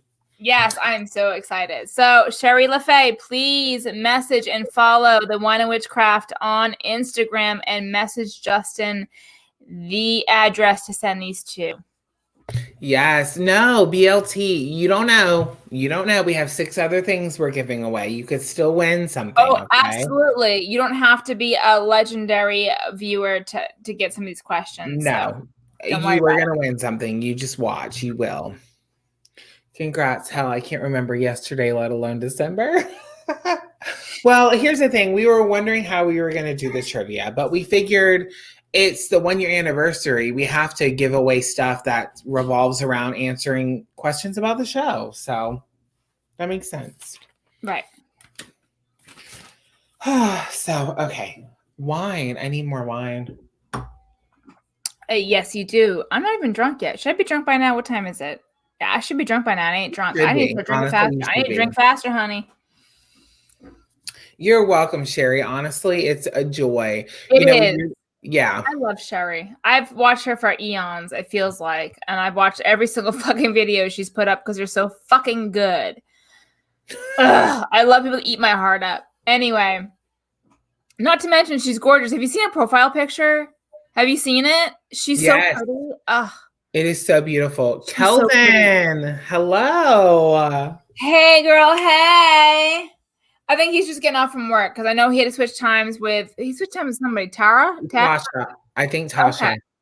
So he should be in the studio coming up next, right? I believe so. Yes, he should be. So, Kelden, check your Instagram messages because the link is in there. We'll have you in the studio in a hot minute and we'll pull you up. So, to preface, Kelden and Justin and I have gone back, like 12 years? More than Something that. like that, yeah. He was one of the first people I watched, and I was one of the first people he watched. And same thing with you, Justin. Same ditto. So, God, we were baby witches back then. Shit. And now he is here writing books and shit. I'm like, oh, I feel like it's my brother. I honestly feel like he's like related to me like my brother. Like, oh my God, like my brother's writing books. I'm so proud. So when he released the book that he released, I was like, let me get my hands on a copy of that. And I want it signed. I wanted it signed. And he was offering for a certain period of time, he was offering autographed copies. And I'm like, oh, please, Kernunos. I was praying to Kernunos, and I'm like, please, let me get into this slot. I need this slot. I need this book signed by this bitch. I got the book signed by the bitch. Okay? Well, and he has a new book that's going to be coming out. So oh my God, I can't wait for his new book. I'm like, can you release it any sooner than that? Like, what do you need all that time for? Can you release it now? I told him, I was like, when I saw that he was going to be releasing a book, I was like, look, Wine and Witchcraft again? He was like, absolutely, I'll come on the show. Perfect. Because I just have so much respect for him and what he does. And the way that he wrote his book is just phenomenal. And it resonated so deeply with me. I absolutely loved it. Sorry, I'm writing back to Karen real quick. Okay, that's perfectly fine. What are all of you guys doing right now? I mean, obviously watching the show. Are you drinking? Are you eating? Are you shitting? I want to be more drunk. I love you, That's because you're not drinking your wine fast enough for you, ho. But let me get back on Kelden for a hot minute. Let me just. Who wrote I love you, Mom? Okay, let me tell you. Kelden. Wait a minute. Who wrote I love you, Mom? Me. Okay, backstory. Real quick, not even a 5-minute thing. I've said this in many episodes. Karen and I have the same birthday. Different year, same birthday. So we have this inside joke that her mom is my mom from like another planet or time or world or whatever, because it's so uncanny that Karen and I, when I first met her 10, 15 years ago, hit it off like boom. Her and I's personality clicked. We're both New England babies. You know, we're both from Boston and she's from Rhode Island and she's lived in Massachusetts and vice versa. And it's one of those things where you don't meet somebody who has got the same goddamn birthday as you a couple years apart. But I'm like, what the fuck? So we have this joke. I've never met her in person, never met her mom in person, but her mom's my mom. She's mama. She's mama to me. And she made me this beautiful throw. It's Karen's gorgeous. mom is who made me this gorgeous throw. And I know, Justin, you saw this in New Orleans. You've seen it when you've come out here. She made me this gorgeous fucking throw. And I love this thing. She's like, Mom's not sure you're going to like it. I'm like, have you seen it? Have you seen it? Because it's fucking gorgeous. It's beautiful. It is so beautiful.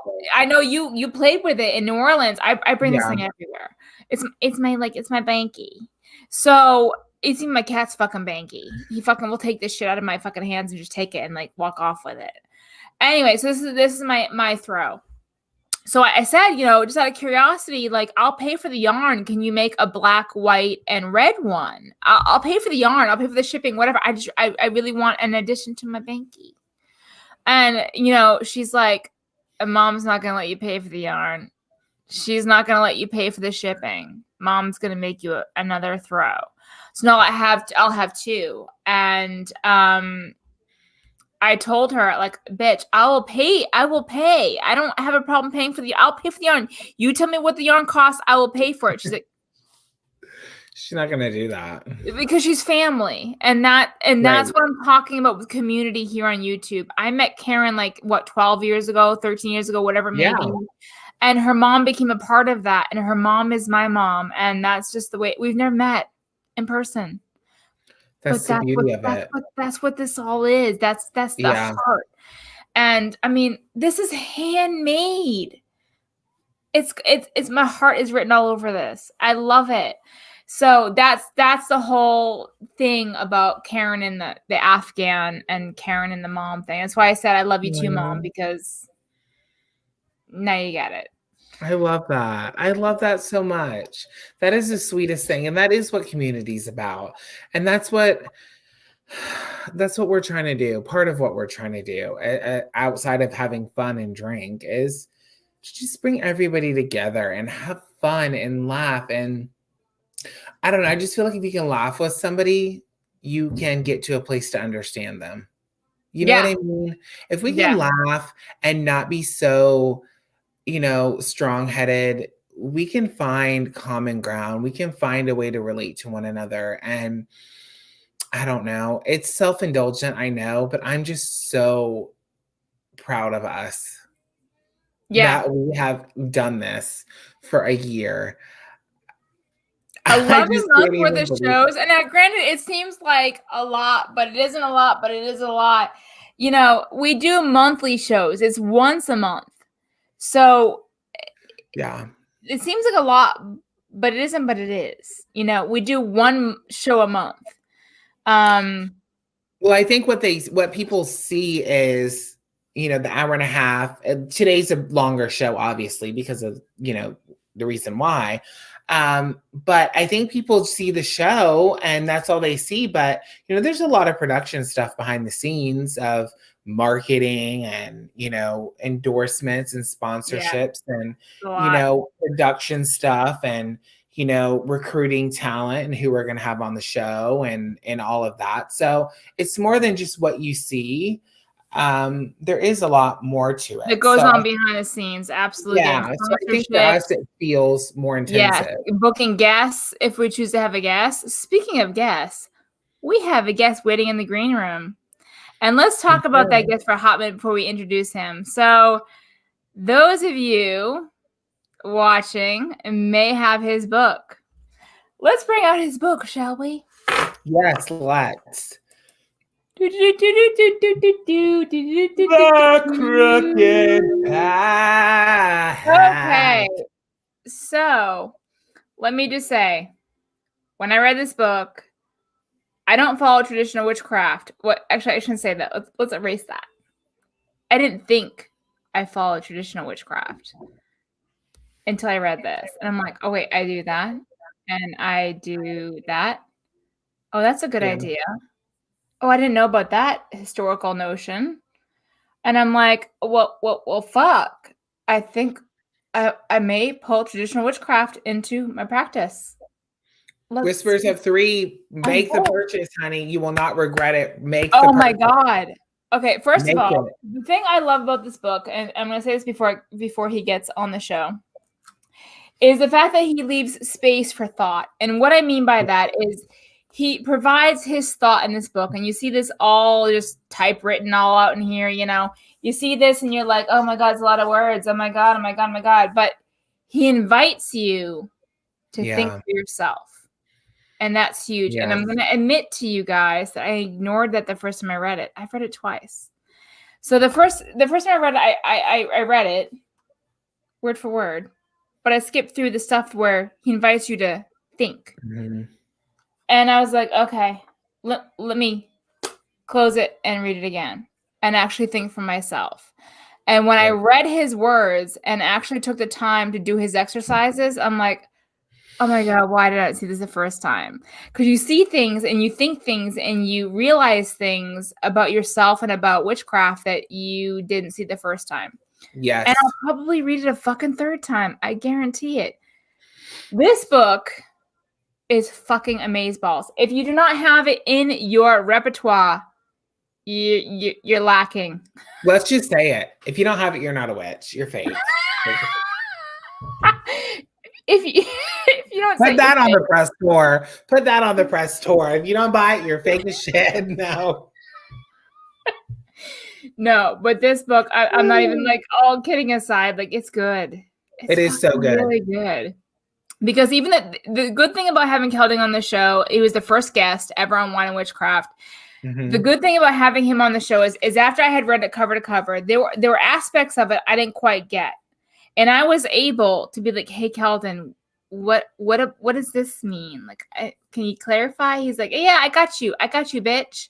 And he's like, this means this and this. Do you understand now? And I'm like, oh. So it helped me along for this. So the second time I read it, I'm like, I got you, bitch. I got you. You know what I mean? Like, it was just so good. It was just so good. And like, because it was so good the second time around, I'm like, oh, when's the second book coming out? Can we fast forward that to like September? My birthday would be great. Birthday present? Can we buy that now? Like, I was so itching when I found out he was putting out a second book. So those of you who do not know, Kelden, Justin, and I have gone back 12 years on YouTube, and we've known each other for quite a bit. But I am proud to fucking have him on the show once again. Yeah, 100%. So here we have Kelden. Hi. What an introduction. I feel very verklempt. Hi, how's it going? Hi. Good, how are you? Hi, bitch. I'm good. I'm thriving, surviving, living the life. I mean, that's 2021 for sure. What? Oh, well, it's been a long work day, so I'm ready to. There it is right there. Work. It happens in real life. We all have to work. Unfortunately. Yeah. I keep waiting to win the lottery, but I just never play. So the odds of me winning are 0. I know. I'm right there with you. I'm waiting for it, and I don't get why it's not happening. I'm like, I just need to lose like a lot of weight and like find a sugar daddy, and it'll all be fine. Mm-hmm. So, Kelden, when does your new book come out, and what is the title of it? So the new book is called The Witch's Sabbath, an exploration of history, folklore, and modern practice. And it actually has the same book birthday as my first book. It comes out on January 8th. Oh, wow. My God, that's so weird. So is Llewellyn picking that up as well? Yep. Mm-hmm. Yep, okay. It'll be another Llewellyn book. I love it. Mm-hmm.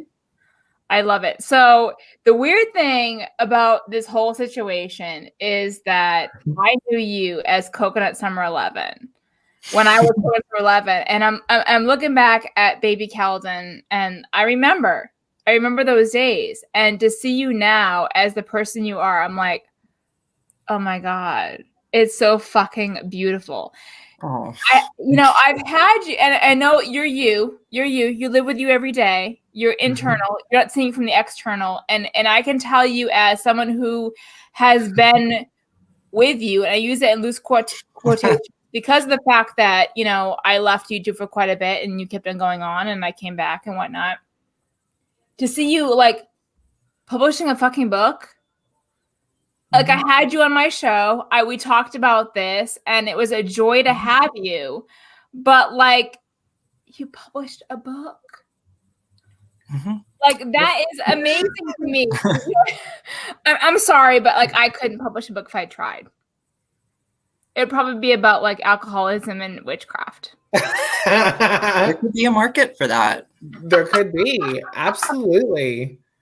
So what can we look forward to now that I have read Crooked Path? I've read it twice. What can I look forward to in your new book? What am I looking at, really? So the new book is going to be a lot more academic, which excites some people. Other people are like, oh, I don't know about that. But it's really my love letter to the concept of the Witch's Sabbath. So it's a deep dive into the way that concept historically has developed, which is a really sort of convoluted story. There's many strands that make up that tapestry, and a lot of surprising twists and turns along the way. And after that, we get right into looking at the different folkloric aspects that were supposedly happening at this nocturnal gathering of witches. And and it is a lot of dark stuff. Historically, folklorically, the Sabbath was pretty grim. There's a lot of elements that we definitely would not want to incorporate into our practices today by any means. But then the book talks about how the concept of the Sabbath reemerged in modern witchcraft, and it kind of took hold in two different ways. One, of course, being the idea of the Wheel of Year or Sabbats as seasonal celebrations, and then there's the more traditional in terms of folklore of it being sort of this otherworldly gathering of witches and spirits. And then, of course, I go into talking about how do you get there? How do you incorporate that into your modern practice if you want?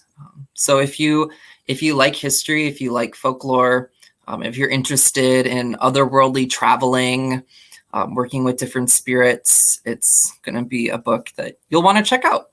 So when's the earliest that we can pre-order that? You can pre-order it now. Oh, really? Mm-hmm. Yep, it's up on Amazon. Excuse me. Or other places too.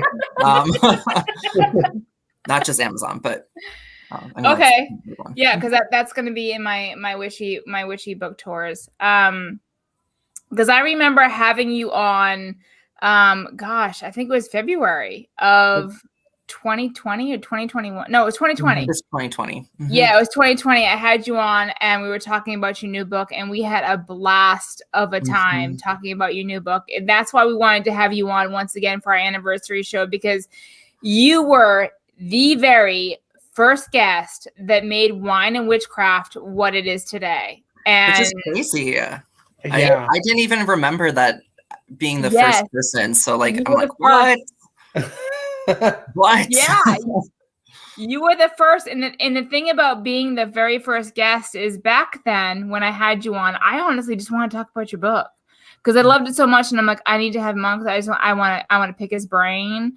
And I want people to buy his book because I loved it as much as I loved it. I want everybody else to love it. So I'm like, I need to have him on the show. And it was a show in air quotations, but it wasn't until later on that I invited Justin that it blew up to what it is now. But to be the first guest, like that means so much to us because you set that footwork, that groundstone towards what everybody thought of as what witchcraft was and what wine and witchcraft was, because now we have people knock on our door saying, hello, we want to be your sponsor, so you paved that way. And I want to thank you from the bottom of my heart for coming on that show. And granted it was for my own selfish needs because I need to talk about your book, but I want to thank you for being on the show back then because you set the groundwork to where we are now. So guys, everybody in the chat watching this, 24 people watching this, please go pre-order his book because I know I'm on that shit. Absolutely. Well, thank you. And thank you for having me. That really means, it means a lot to me. We adore you, Kelden. I've loved you since the fucking get-go 12, 15 fucking years ago. And I remember when I came back as, I don't know, fucking was it Skittle Cat Spiritual, whatever the fuck I was back, a year, 5 years ago, whatever. Whatever, and many names I've changed. Anyway, you were like, hey, it's Kelden. I'm like, oh my God, you're still here? But yeah, it was a gem. It was a gem to see you still making YouTube videos and contributing to the community because we need people. We need people like you that are not afraid to just let it all out, speak your mind, be truthful, but be inclusive at the same time. And that is what you bring to the table. And we fucking love it. Justin, completely. Do you remember Kelden? Yeah, I was in that show. In the chat, it was. You weren't co-owner at the time. No, and I was just so shocked. I was like, "Holy shit, he's publishing a book!" Like, how did that feel when you had the opportunity to publish a book? Like, what is that like? By Llewellyn. It was surreal. I don't think it. Yeah. It took a while to I don't know if it even still sort of has sunk in. I've always been a really big reader since I was little. And writing has also been really important to me. And I didn't really think that I was going to write a book. And the channel editor for Pathos at the time, when I was still writing for Pathos, who's a good friend of mine, he was like, when are you going to write a book? And I was like, and then I did. And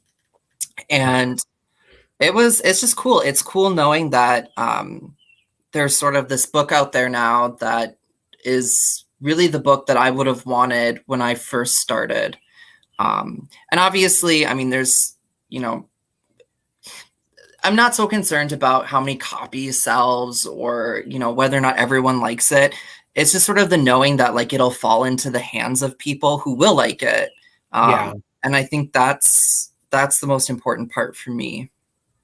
Yeah, no, I mean, I completely agree. I can imagine if I were to write a book or write anything really for that matter, just to fall into the people that could benefit from it and could enrich their lives from that one piece of work that I did would mean the world to me. And honestly, like, the weird thing about that is you've done it, at least with me.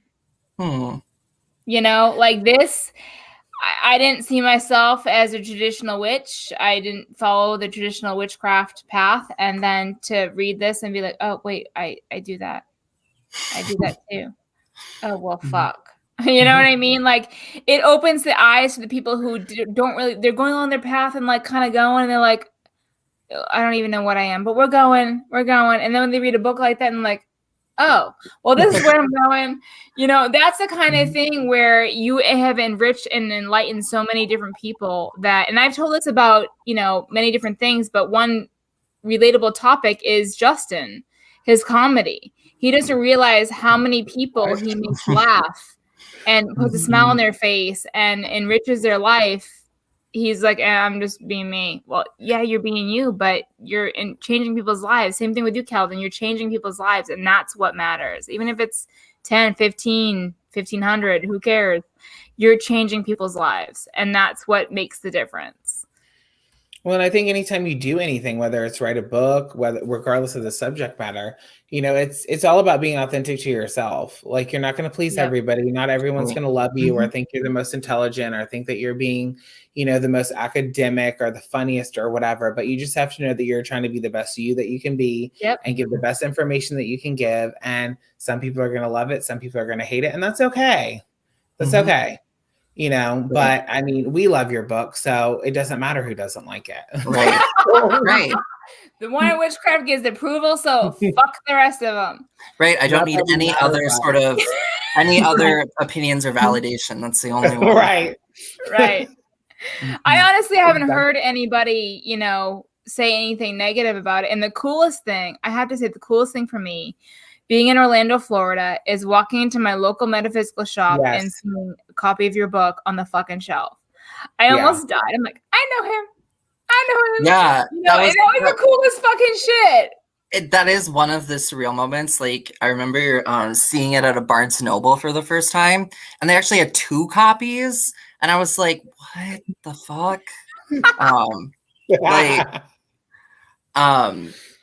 then I just want to be like, hey, I wrote this. Like, can I just take it? Like, do you forget, like, in your everyday, like, mundane life? I mean, I know you work full time. I know. So, like, do you just forget about it, and does it just like randomly pop in your head? Like, shit, I wrote a book.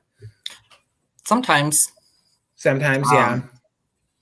Yeah, I mean, one thing that I think is so interesting now, like, kind of seeing this from like both sides of the fence, but like, I think so often we sort of put authors on like these pedestals and we forget like that they're just people.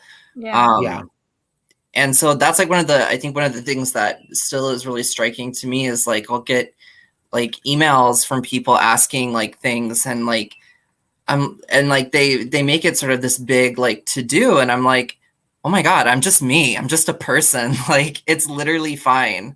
I love talking to people. I love answering questions. Like I hope I don't come off in any way as sort of like a diva or something. Like, how dare you even look at me? You need $500. No, but I mean, I do think people like when you have a title like author or something that people feel holds weight. I think people do tend to get nervous or think that you're like a constant resource for whatever question they may have, you know, but yeah. Yeah. And I think sometimes too, that's like, it's in a place where we can get in trouble where we just assume like, especially because someone like publishes a book that like that because a book is published, it must therefore be good. And like Yes. that, like a source of good information. But also that like, if somebody publishes a book, that must mean they know what they're talking about. And like, that's not always the case. That's actually very true because I've read a lot of shitty books. I'm not gonna lie. I've read a lot of shitty books. I mean, I have. I'm not lying. Like I have read a lot of shitty books, and that's the thing is people think that because they're published, it doesn't have to be a book. It could be tarot, it could be oracle, whatever. You know, they think that they are above everybody else, but you're not. You're just the same old, same old. But what I'm saying in this whole entire conversation is that Kelden, you're not just the same old, same old. You wrote a book and it's fucking good. Like, really good. Thank you. You know, so you know, I can't, like I said, I can't wait for the second book, and we're gonna have you on One in Witchcraft when the second book releases because we're gonna want to know all the deets. Yeah, and there's a lot. There's a lot of deets, a lot of juicy. Ooh, I love juicy deets. Mm-hmm. I'm gonna love snuggling up with that book. That's gonna be so much fun. Yeah, little book porn. Everyone loves that. Oh my god, yes, yes. Or regular porn, whatever. You know, who knows what you need to do? We can polish our everybody's got their kink, and you need little tasty testes. Here we go. I don't know. I've had too much to drink. Just ignore me. Look. If the ball polish works, the ball polish works. That's 100% true. And if it makes you feel good, there you go. Go for it. So, Kelden. Yes. Give me the top thing, the one thing that makes you feel the most witchy. I want to know. The one thing. Oh, you only give me one. You can only give me one. What is that one thing that makes you feel the most witchy? I want to know. Being in the woods at night. Ooh, I haven't heard that one yet. I've not heard that one. That's a good one. Oh my god, I fear rape and molestation, but witchy does come to that. I live in a very interesting place. Let's just say that. Oh my god, that is. Yeah. Okay. Being in the woods at night. Elaborate. I want to know why at night. I shouldn't ask that. What? I said what? Naked? I shouldn't ask that. No. I usually am clothed. I think we've got a little too many mosquitoes, and then anytime there's no mosquitoes, it's way too cold. But yeah, being alone in the woods at night and sort of just feeling like simultaneously like I am sort of like at the mercy of the wildness, but then also like I am the wildness. Yeah. And sort of becoming one with that and allowing those really visceral emotions to take over, and then surrendering myself to the sort of ecstasy and like otherworldly power in that. I mean, I can kind of get that because as you're explaining that, I'm thinking to myself like it's different from where you are, but the Florida woods, I mean, we get bitten by alligators and weird random shit. But anyway, you know, being out in the woods, you know, I'm like, you can't really see past about 5-10 feet. So connecting down to the earth going down, I can see how you're going to become one with everything around you regardless. I can kind of see what you're saying. Like the way I envision that is if I was in the woods at night a couple candles, maybe like 4 or 5 candles, maybe like a lantern or two, just to kind of illuminate like the first 5 feet in front of me. That like grounding you can do with the mystery that surrounds everything around you. I can see how powerful that could possibly be. I never really thought about that. Because I'm always afraid, honestly, I'm not going to lie to you. Being in Florida, I fear the woods because we have got fucking alligators, fucking spiders that can kill you, snakes and bullshit. And I'm like, this is not Massachusetts where I was born and raised, where you can go fucking hike in the woods and do whatever the fuck you want. Nothing's going to bite you or eat you. Right. But, you know, in Florida, she will bite you and eat you, you know? So, but if I had a couple candles, a lantern, I could see how that could be some powerful fucking shit. Right. And obviously safety should always come first. If you're out there tromping around in the woods at night, like it's okay to have a source of light. Right. You know, and not going into areas that I can't remember if I kept that line in the first book, but I was talking about sort of working indoors versus outdoors. And I was like, you're not going to be able to connect with spirits so well, or maybe you will when you're in the stomach of a bear. Like, or like you're not going to be feeling super witchy when you're like alone in the woods with a broken leg and you didn't tell anyone where you were going. Right. Touche. Good point. You feel less witchy when you're dead. Possibly. So Justin, what's your number one favorite thing that makes you feel witchy? Number one. You only give me one. Everything else is null and void. One thing. The number one thing that makes me feel witchy is thunderstorms. There's something about it that just invigorates me. I don't know what it is, but it makes me happy and it makes me feel like the air is thick with power. That's like literally what it feels like to me. I have felt that for sure. That's my favorite thing. Yep, I can agree with that. What's your favorite? What's the number one thing that makes you feel witchy? Do you really want to know? Because it's really superficial and really fucking dumb. He said the forest. I said thunderstorms. What are you going to say? A dildo? No, but it's a good one. Probably the music of Stevie Nicks. Okay. I know it's kind of superficial and kind of weird, but I can turn to any song by Fleetwood Mac or Stevie Nicks for that matter, and I'm there. I think any music, I know that seems strange and superficial. And it's like, oh, it's just music, or it's just Stevie Nicks or whatever. But Stevie Nicks, she's so magical. There's something about the way she sings. It's not just the lyrics; it's the music, the voice, the beat. It's everything. It's not just what she's saying. Honestly, she could take the vocals completely out of it. It's everything beyond that, and her artistry in that whole entire situation of every single song that she writes. You could just play the melody. I don't fucking care. And I'm just, boom, there, gone. I'm off in Stevie Nicks land. So Stevie Nicks gets me in that groove.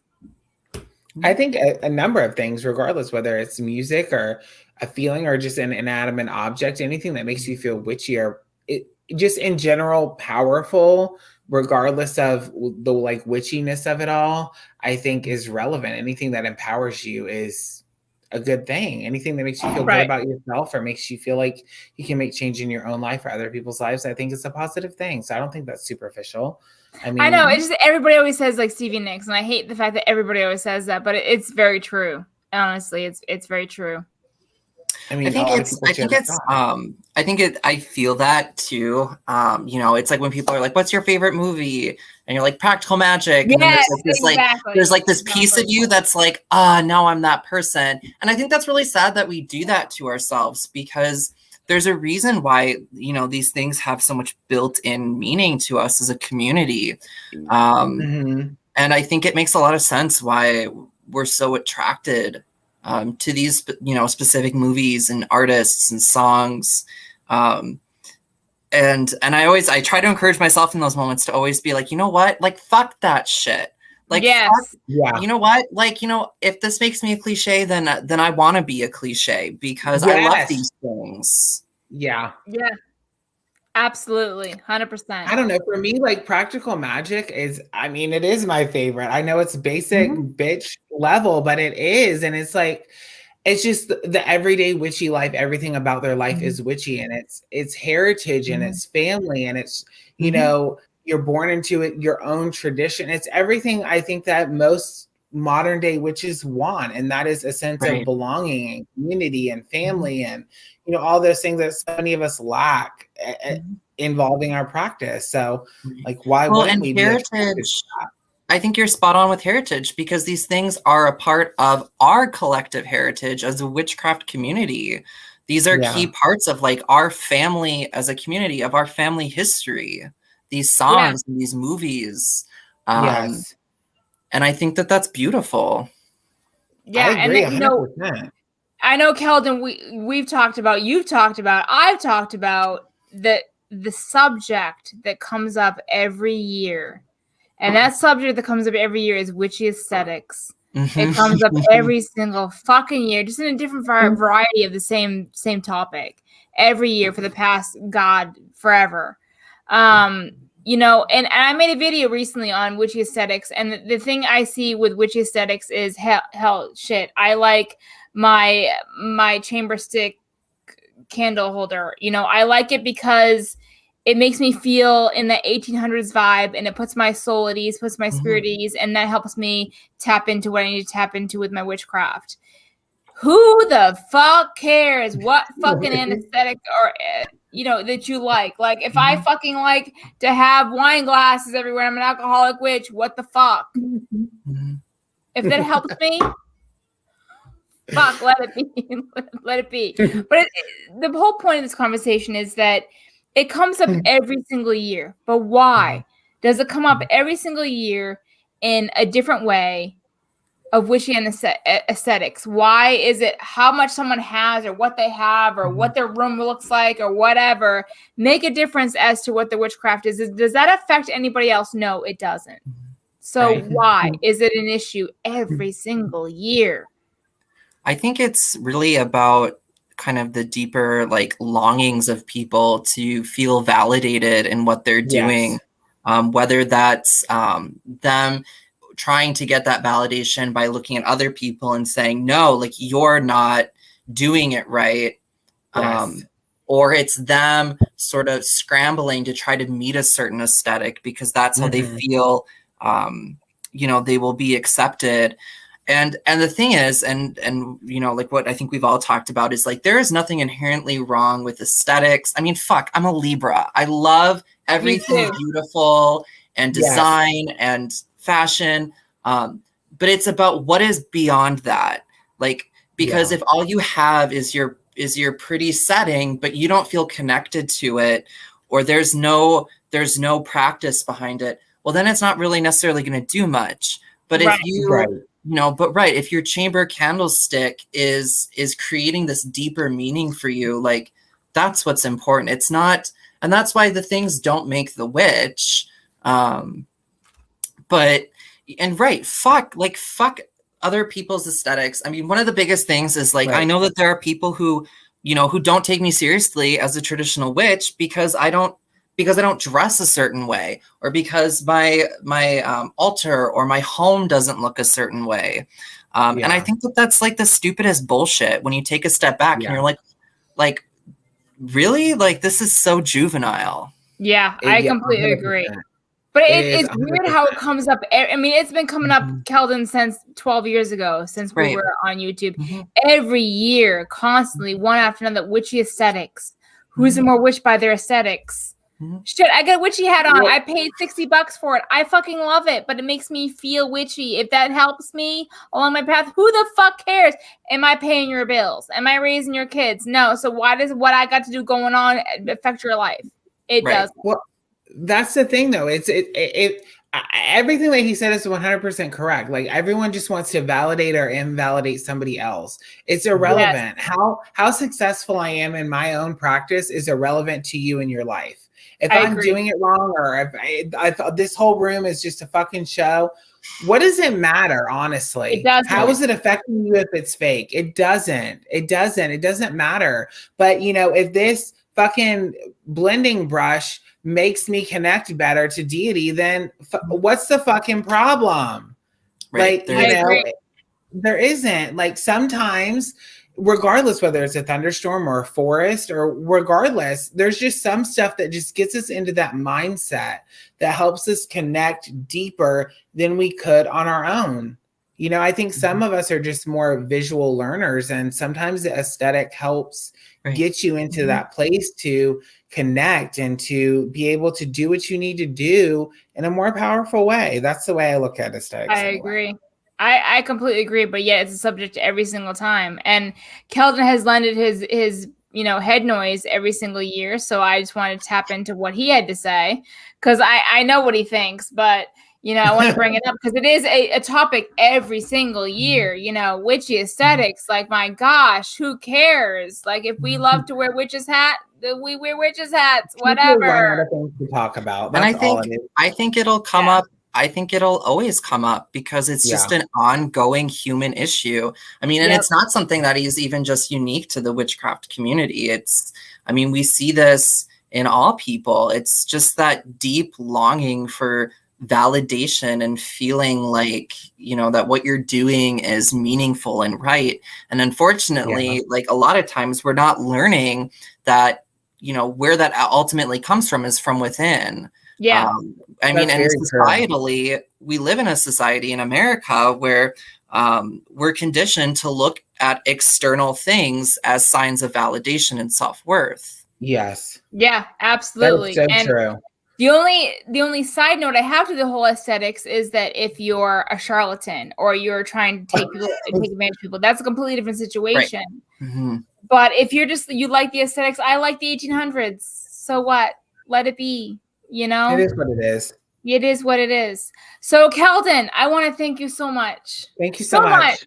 Oh my God, for coming on the show. Hello.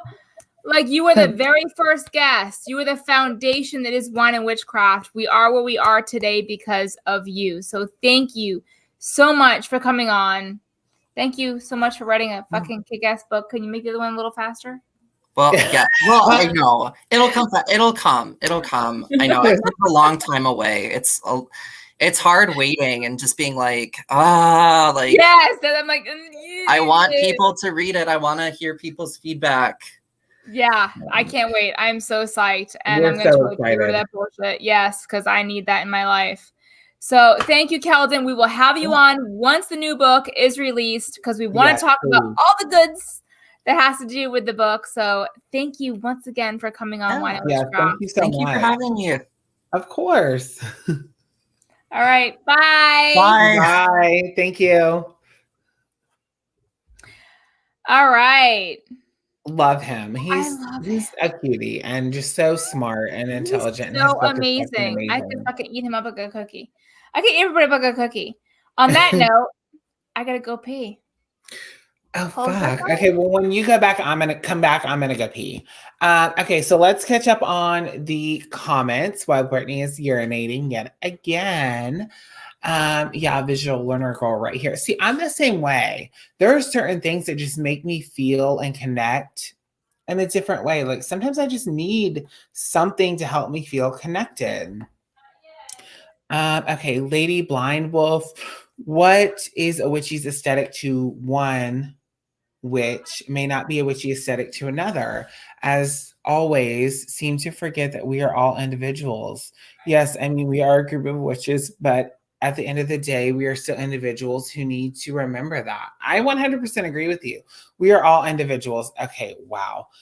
Oh my God. Okay. 1 second. Okay, I have an inappropriate bottom right now. So I'm going to stop my camera and I'll come right back.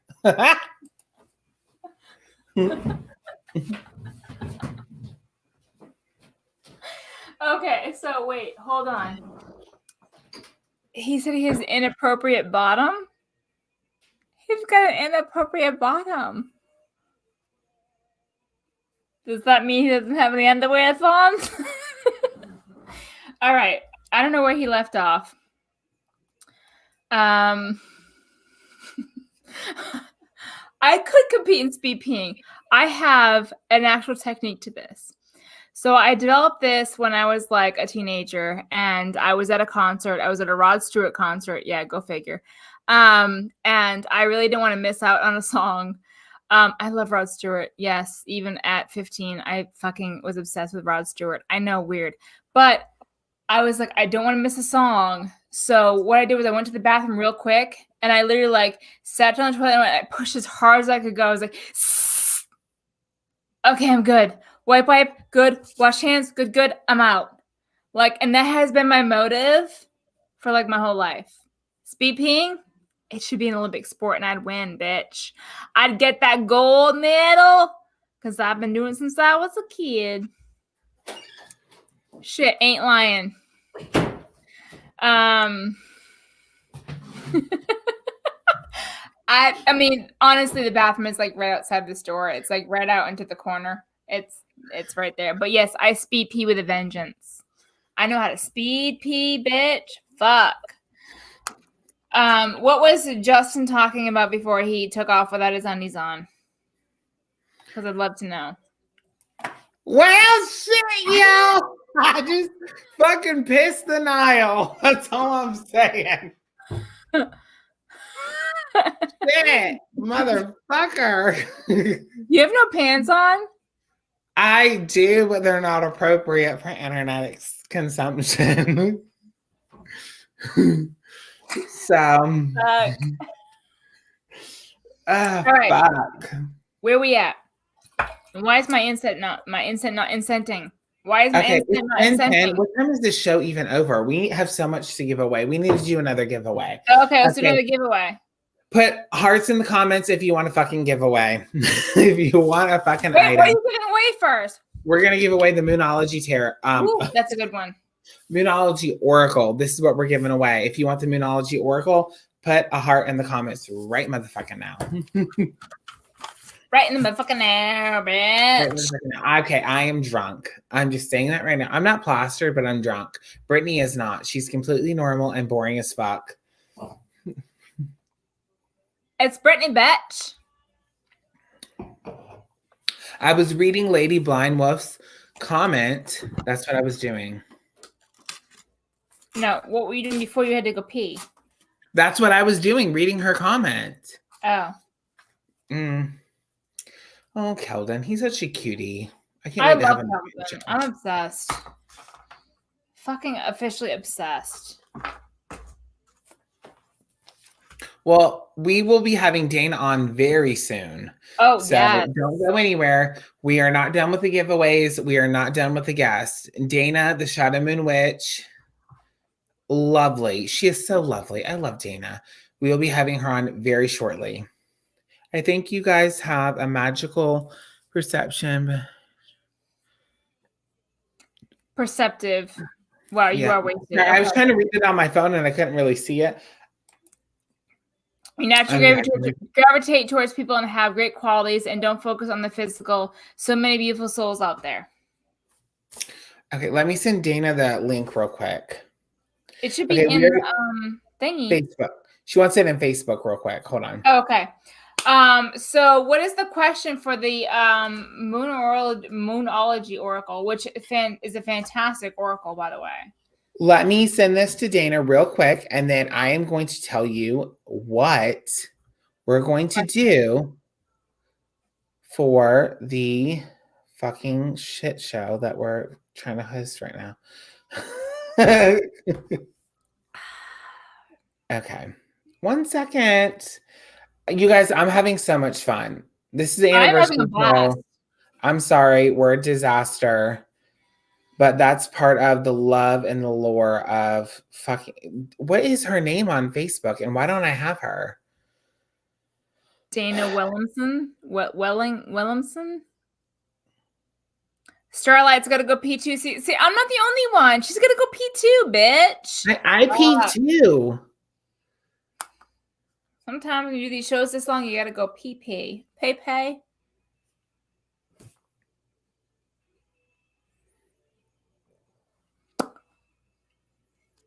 Okay, what is the problem?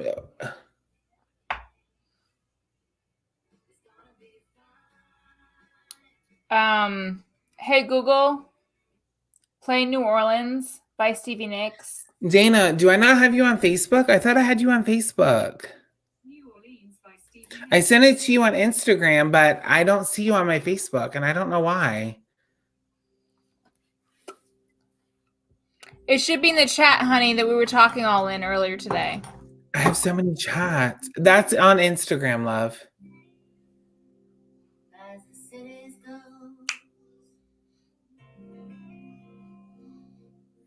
Honey, my bottoms are always inappropriate. Yes, they are. Okay, so I've gone a to New little Orleans. tidbit about Wine and Witchcraft. I had pitched a show to Brittany, and she shot it down 100%, which I don't think is good. I wanted to do a naked show. She knows that this is true, so she can't even say that. No, I'm just kidding. I wanted to do a show where we were both naked. Obviously, we wouldn't show anything because it's YouTube. And, you know, we have professional jobs outside of YouTube. But I did say, you know, why don't we do a naked show? Because I kind of like to be naked. And this is TMI. I don't even know why I'm saying this, but whatever. Here we go. An offering that I give to Hecate regularly is masturbation. Well, and that's not abnormal, Justin. That's no, I know. I mean, abnormal, like I'm sharing this is what I meant. I'm sorry. Oh, okay. So I ejaculate on her statue. I already knew about that. Okay, I see, Dana. I was typing your name in wrong. I'm sorry, Dana. I'm a little intoxicated. I'm sorry, love. I'm like, I know I'm friends with you, so I don't know why this is happening. I sent it in our chat, so you'll see it. Right. But that's essentially what that is just sex magic. Okay. That's all that is. This is what Dana just sent me. Okay, Dana, I love that woman. She's so fucking hilarious. Okay, Sherry, not the one that's given away, I hope. No, I didn't.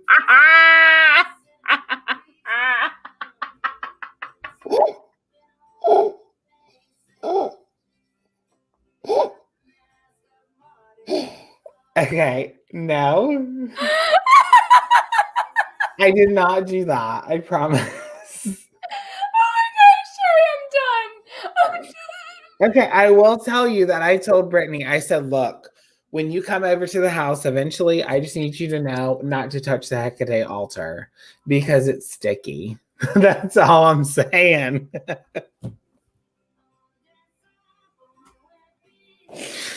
Okay. Hey, Wine and Witchcraft, you never know what's gonna happen. I'm sorry, like it's been probably like 2 or 3 weeks since I've done that. Her candle on her altar, if you look, you can barely see the flame. You see that? Yeah, I see it. She's yeah. fucking pissed. She's over my bullshit.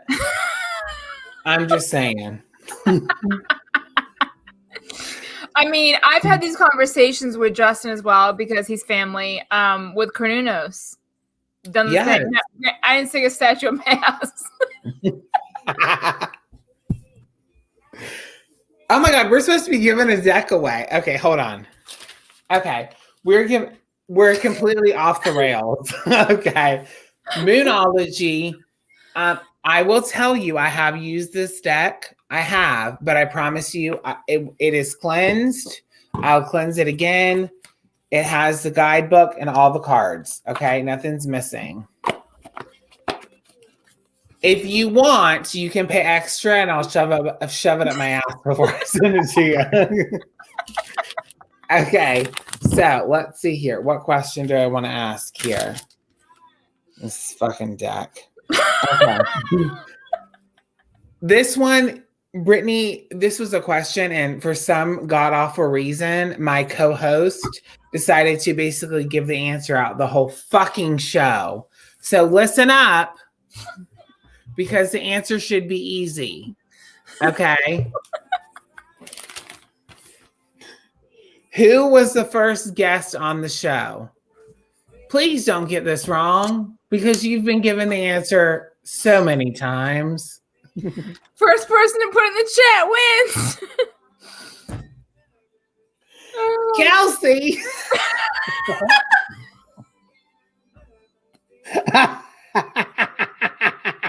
Ah, God, I hate my life. Okay, who is Nelson? Who even is Nelson? Who is Nelson? Who is okay? Okay. This, I hate. Okay. Whew. Okay. Oh, shit. Okay. Shit. Kelsey, that reminds me when the House of Witchcraft, her camera went out and she started calling for Chelsea. Who the fuck's Chelsea? Anyways, Tasha, no, sorry, Karen. It is Kelsey. Kelden. Whispers 3. I know what you meant, Whispers 3. I know it was a typo.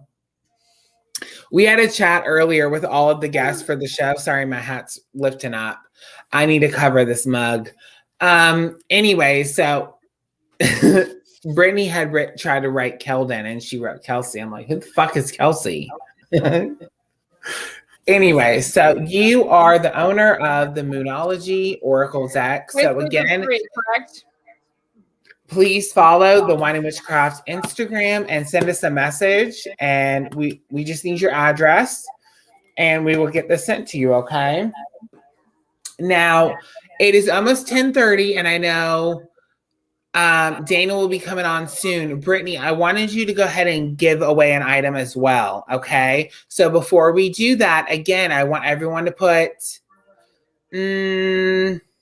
what do we want them to put in the chat? What do we want them to put in? Smiley faces. Let's put smiley faces in the chat. If you want to win, what are they trying to get? The incense. Divine wood. If you want a divine cock, you need to join this giveaway. Of Dreams incense sticks.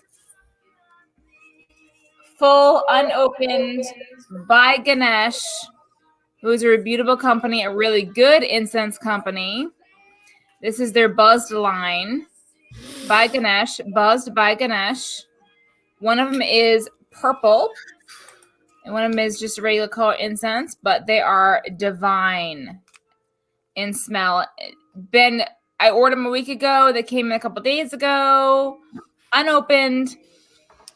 I'm trying to just smell them through the plastic because I don't want to open them. The owner should open them. It's not me. It's going to be one of y'all. So 2 packages of incense. Okay, I'm an alcoholic.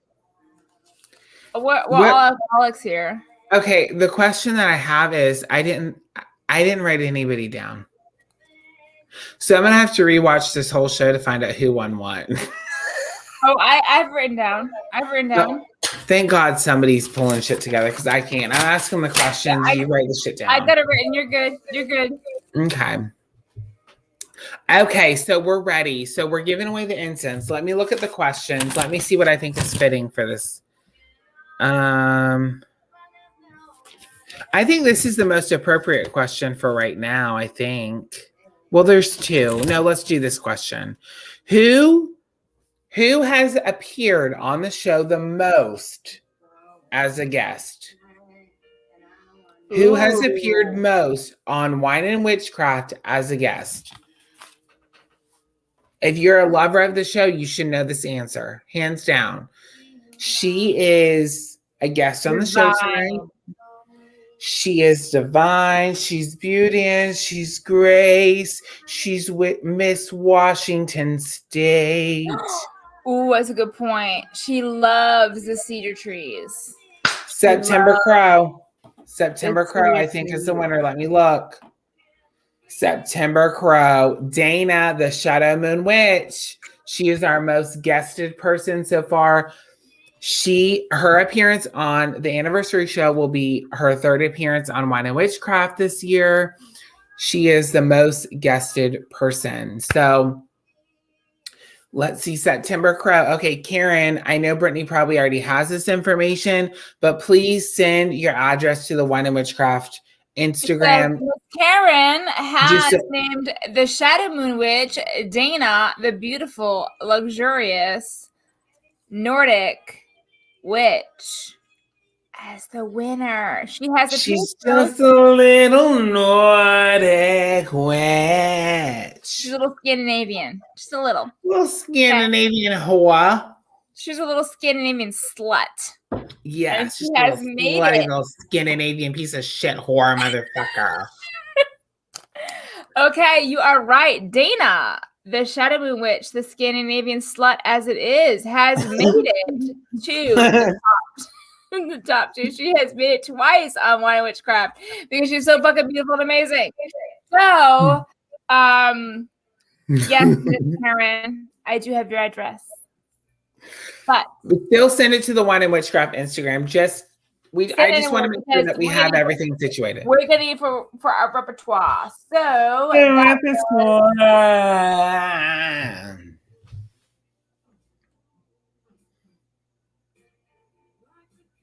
Are you writing something? What the fuck are you doing? I'm doing what you're not doing, bitch. I'm writing down peeps that are winning shit. Okay, I had to come up with all the questions. I'm asking the questions. It's the least you can do. Shit. Have you made any more? I haven't seen you drink at all. Are you going to drink alcohol? If you're not going to drink alcohol, what are you doing? Have you not seen me drink this bitch? Okay. No. Do you not forget that my hairdresser feeds me alcohol I don't care what happened at while 5 she's doing o'clock. my hairs? I don't care what happened at 5 o'clock. It's 10:25. Drink some fucking alcohol. Was that the statue that you came on? No, I'll show it to you. Hold on. Again, let me stop the camera and I will show you the statue. Hold on 1 second. While you're getting it, I will give a premise. So, sex magic, Justin learned all about sex magic from Dana, who is an amazing witch, who taught us a whole bunch of shit on sex magic. If you want to know more, you can re-look up that episode. And he took some tidbits from Dana and from myself and from himself and came up with his own sex magic practice.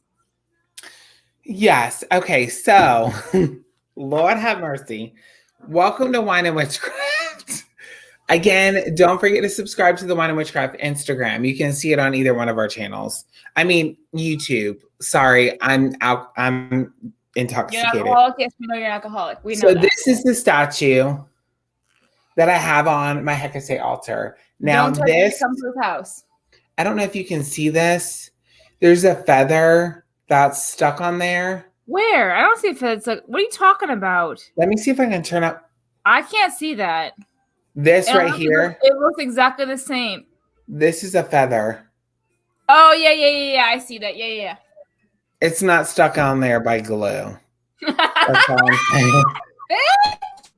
It didn't come on there. You do what you gotta do, bitch, honey. You know what? I'm proud of you. So I do, this is the front area. And then this key was purchased in New Orleans. It's a Hecate key. It came in like a little satchel that I got for Hecate. And then Brittany got one for Carnunos. So I put that on her. So this is her statue that's actually on her altar. But I did tell Brittany, like, when you come to my house, to the witchy room, don't touch this. Just don't touch it. Because what I find myself that I do, and again, I'm just a fat Southern bisexual witch. I'm nobody special. So I just do whatever comes to my mind. And I just do whatever feels right to me. So I used to have her on my altar, my main altar, which is back here, but it just started not feeling right. I felt like she wanted her own space. So I created her own little altar, which is back here. And I started getting this, I would try to light incense on her altar and it wouldn't stay lit. And it just didn't feel right. You know what I mean? When something just doesn't feel right. And so I remember Dana, we had talked about orgasms. All and right. I So with that being said, stop that right there. Okay. Because what you're about to finish, I want to finish with Dana. Okay, perfect. So welcome, Dana, to the show. Dana, hi, honey. I'm holding a lighter. That's okay. Make some I can hold a Featured a guest blending brush if you ever. want. on One Witchcraft is Miss Shadow Moon Witch Dana, the Scandinavian witch as it is. So this woman right here is the reason why I'm ejaculating on the statue. Let's just say that right now. So let's finish this story before I forget. So okay, go on. I just started feeling like she needed something more than just incense. Like she was like, what the fuck? That's how I was feeling. So I was like, okay, I'll give you semen. Like, I don't know what else to give you. So that's what I've been doing. And then I started like reading stuff and people were like, you should never do that. That is the worst thing that you could ever do. Okay. Well, she seems pleased. And I read so many articles like, oh, well, you're promising all your future children to her. Okay, well, I'm not having any future children. So she can have all of the sperm that she wants. But when I do it, I have my intention set. Okay, Dana has just set up this whole thing for me. Right, And that's why I put her in the show. At the time. I'm like, I want to hear more, but I want to. Okay, so let's just say this. Like, okay. So we did the whole ancestor thing with Dana. She is the one, and I have to correct this because I did make a video about my book recommendations, and I sidelined Dana so horribly, and I'm so sorry. Fine.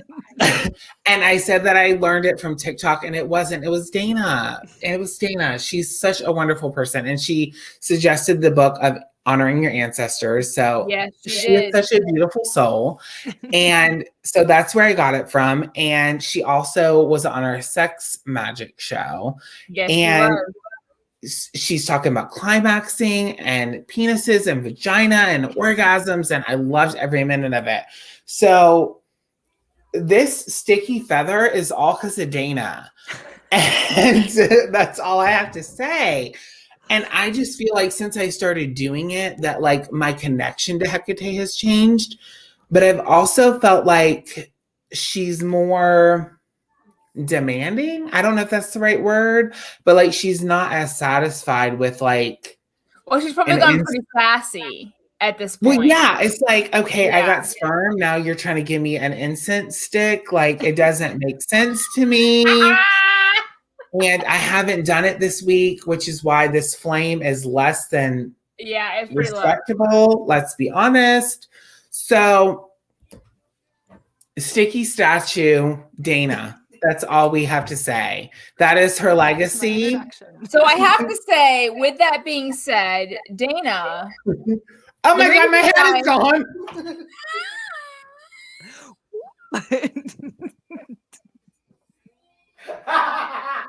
I think that's your girl saying hi, by the way. Yes. Your girl is calling.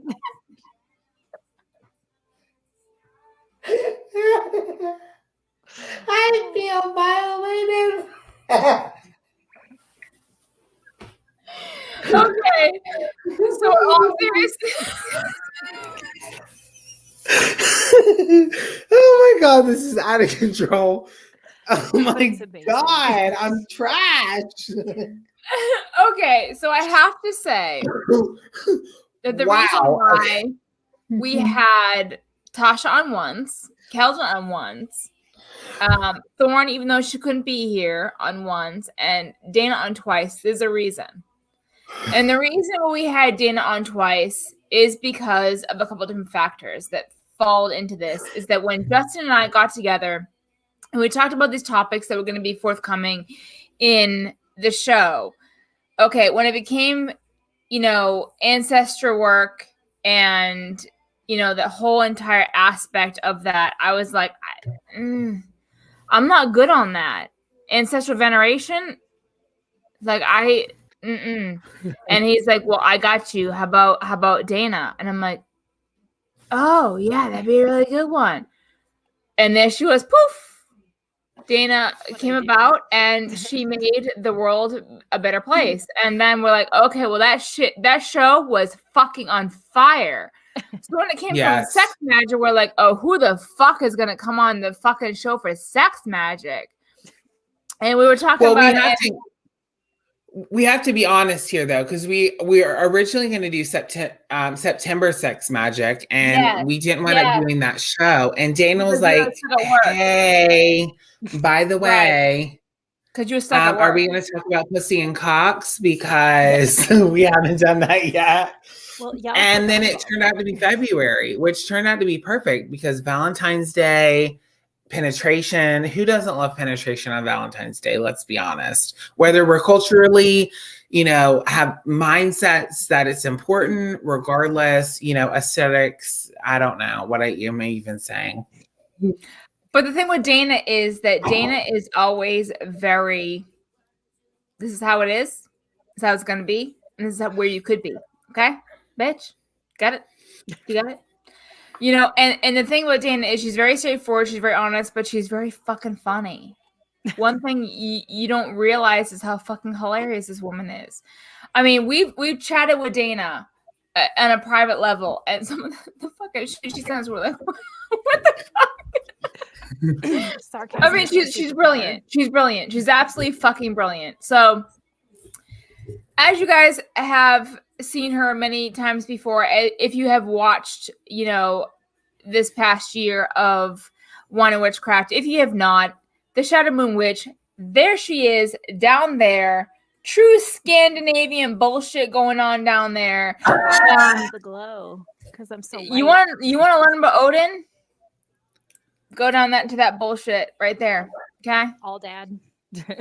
Yeah, exactly. So Dana, you had no qualms, and this is one question I wanted to ask you on this show, is you had no qualms about coming on to our show about sex magic. Why were you like, I'm game, when so many people were not? Because I have spent a really long time really recovering my sexual self. And that has to do with so many different things. My sexuality, coming to terms with it, my just general self-love, the ability to feel like I'm worthy of love and attention and sex and orgasms, and to feel sexy or empowered. Yeah. And to kind of work through trauma and stuff. So as I went into my 30s, I started to really pull in my magic and into my practice. And that's when Freya kind of came about too. And she was like, girl, you're going to learn a lesson, sit down, buckle up, here we go. And so I felt like, okay, I think I do have a lot to add. And I definitely got that imposter syndrome where it was like, who are you to talk about this stuff? And it's like, no. I have things to say and we're going to talk about them. Well, I have to say, I think it's important for women to embrace their sexuality, because I feel like our society today is like shaming women for embracing their sexuality. And there's like this slut shaming type of mentality that I just think is complete and utter fucking bullshit. That's just me personally. And I loved our episode about sex magic because I think it's all about women and like female empowerment.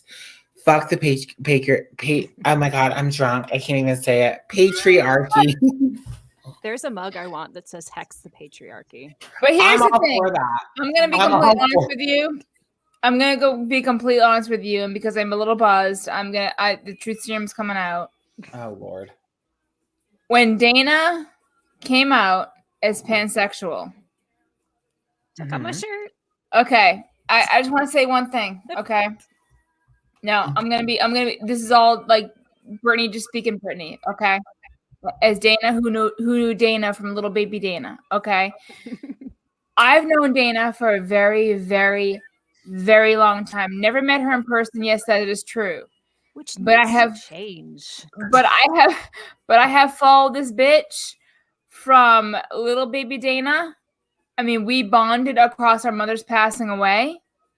My mother passing away in a place that is very sacred to both of us. Yeah. And I wasn't born and raised in Washington, but my mother passed away in Washington, where that place is sacred to her. I'm going to cry. I'm trying not to. Okay. Oh. So when I was able to bond with someone who I had never met on my mother's passing in a place where I went there with my husband, and that's all I knew. I went there, had the best fucking fish and chips ever known to man. That place was fucking amazing. We went there every day for fish and chips. It was like the best fish and chips ever. But to be able to come back and say, hey, Dana, my mom passed away in Port Townsend, Washington. She's like, get the fuck out of here. And I said, yeah, it's it's Port Townsend, Washington. She goes, you don't understand. That's where my mom is. That both our parents passed away relatively in the same vicinity. I think in the same hospital. place. Yeah, of the United States. Both of cancer. Of cancer. My mom of ovarian cancer. It created some strings attached to me and Dana that will never be erased for the rest of our lives. So, yes, I had my husband along with me for that. But to reach out to someone who I've never met in real life, met on YouTube that was there for me and I was there for her for that whole shindig of mothers passing away. It's not an easy thing. And of the same disease, not exactly the same cancer, but the same disease in of itself, was a whole nother level of understanding. And Dana and I have had a tie. We may not talk every day, but we don't need to. No. We can watch each other's videos and I got you, girl. I got you. You know, but when Dana came on here, and Dana has this way of just like no bullshit.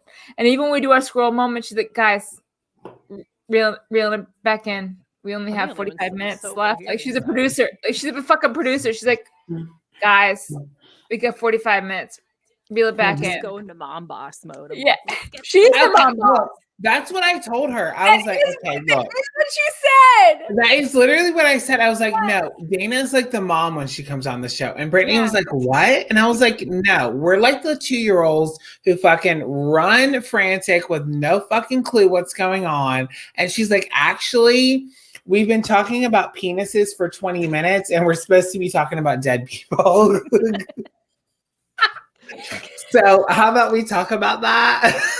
Yeah, you and know, the reason why we saved Dana, well, she was supposed to be earlier in the show, but the reason why we saved her Dana for last is because she's a very, very special guest of ours.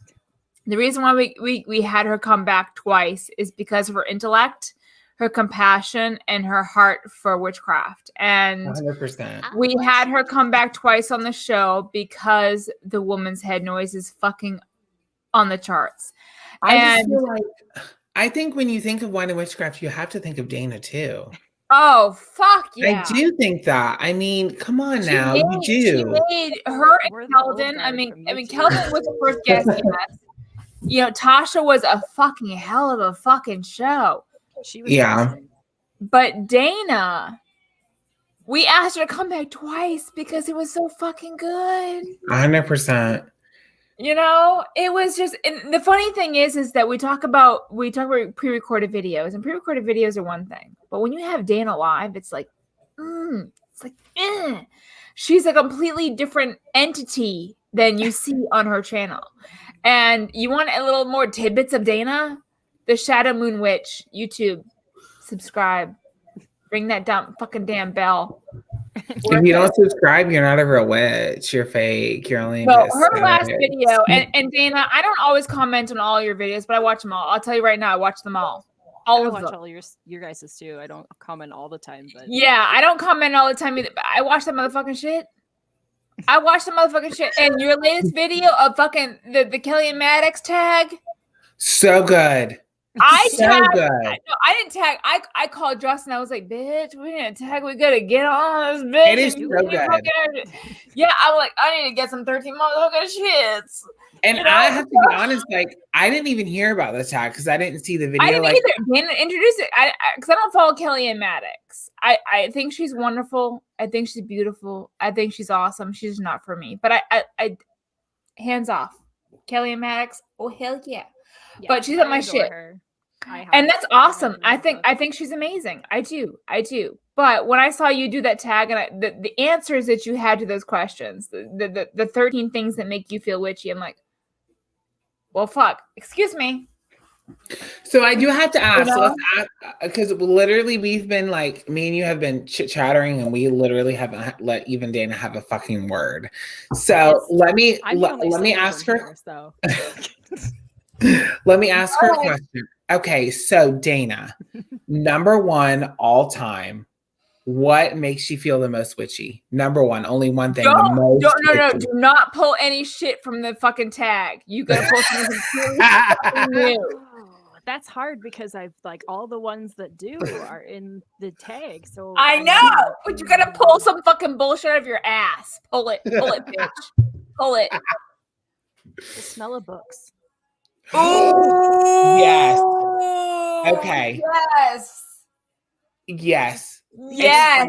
I started my path absorbing all this knowledge. And so I just would go down to my library in the town I grew up in, and I would check out everything I possibly could on Wicca first, really, and a little bit of like mediumship, like Sylvia Brown and stuff. And I just always had my nose in a book constantly throughout that time where I was absorbing all that knowledge. So I think the smell of books is kind of just it's a link in that memory. And just when I was really coming to that and absorbing all that knowledge, and definitely that. I think that's something that I actually underestimate and didn't quite think about. So thank you for bringing that to my head. You know, I'm so glad you said that because I say that so much in my everyday life. Like people ask me like, what do you love about books? And sometimes I go to like secondhand stores and I'll just buy books that are in like terrible condition. Like they're not even legible, but this smell, it just makes me feel something. And my mundane friends who aren't, into witchcraft just think I'm kind of crazy, but there's just something about that smell of the old pages. And I've been compiling my own list in response to your video, Dana, about the 13 things that make you feel witchy. And I plan on making that tomorrow. Really? Yes. And it smells good. At first, like you said in your video, it had me thinking like, how am I going to come up with 13 things? And then it was like, okay, how do I condense it to only 13 things? Right. Because it's like, it almost ties into the aesthetic thing, almost, not quite, depending on which item you're talking about, because it's just so interesting what can empower you and what can make you connect. And I found for myself, and I found so much in what you said, is what makes me feel witchy is so much connected to my ancestry, which is so much, to my lineage. And it's just so interesting how universal that is to hear you talk about that and in the ocean and how you feel a familiar bond to that.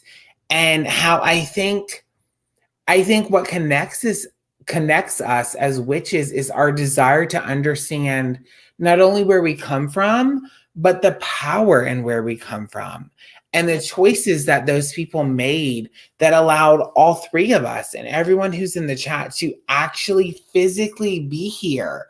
The amount of love and the marriages and the relationships that had to happen for us to simply exist. But you also you got to remember the cool thing about that whole entire thing you just said is the fact that she's Pacific. Yes. And we're Atlantic. Now, we're Atlantic by where we are right now, but you and I are almost the same equivalents in Ireland. Still Atlantic. She's Pacific. Yet we have been able to bond with you and I mean, I'm half British and half Irish. I don't even know what you're saying. Okay, you're wrong. But because I'm half British and I'm half Irish, Justin is half Irish, and God only knows what else fucking bullshit he is. But we have a Scandinavian witch right here, completely on the opposite side of like everything that we've ever known. Yeah, we haven't been able to bond with someone who is not even a lick of where we come from. She is straight up Norwegian, Scandinavian. She's the whole damn deal over in that area. And we're sitting here and vibing with this one witch, which goes to show the community of witchcraft can span so many different heritages and ancestry. And it is fucking amazing that there are some things that Dana believes in and says and does that may not be my thing, but the majority of her shit is my thing. But yet, I'm not Scandinavian. Not even the slightest. First time. Now, when she talks about Odin and she talks about the runes, I'm like, hold on. Dana grabbed something. So I think she has something to say. Let's shut the fuck up. I want to know what the fuck she grabbed. I want to know what she grabbed. What did you grab, Shut bitch? the fuck up so she can speak. We were talking about what makes us feel witchy. And the other thing that just because I was sitting right next to me, I was like, this is another thing that I didn't quite think about that's more subtle, but at the same time not, is the sound. Yes. Yes, the shuffle sound. Even if you're shuffling a deck of like playing cards, I'm like, yeah. Where's my tarot deck? Yeah. It's like keys to a mouse. It is like keys to a mouse. It is. And for me too, is like one of my number ones is even when I was younger, it's keys. The sound of keys, the act of unlocking a lock. There's just something empowering about knowing that you have the ability to open a door that's blocked to you. I think so much of what makes us feel witchy is subconscious. Like we're almost unaware of it until we discover it. And then it's like an epiphany almost. Well, to get metaphorical on you, you have to think about like paganism and witchcraft. Paganism in particular was definitely stifled. It was extinguished. Yeah. And it became something that was put behind a locked door that we were not supposed to be a part of. Witchcraft as well tagged along with that.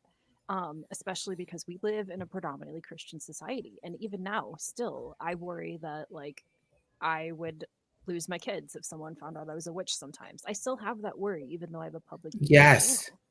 And there's obviously the larger part of me that doesn't give a shit and knows that wouldn't happen. But still, if you think about the key being symbolic, that is you daring to unlock that door and walk through that threshold. So I just think that's really cool. I agree. Like there's just something magical about it. Like even before my connection with Hecate, it's just I've always just had this obsession with keys, and it's just like that idea of I don't know what it is. Even now, like I really can't. Justin, I can tell you right straightforward from being your sister and being your best friend and being on that outskirt. I can tell you exactly what your fixation is with keys. I can tell you exactly because you are so fucking locked up. You have been locked up since fucking 5 years old. And I'm so fucking tired of your bullshit.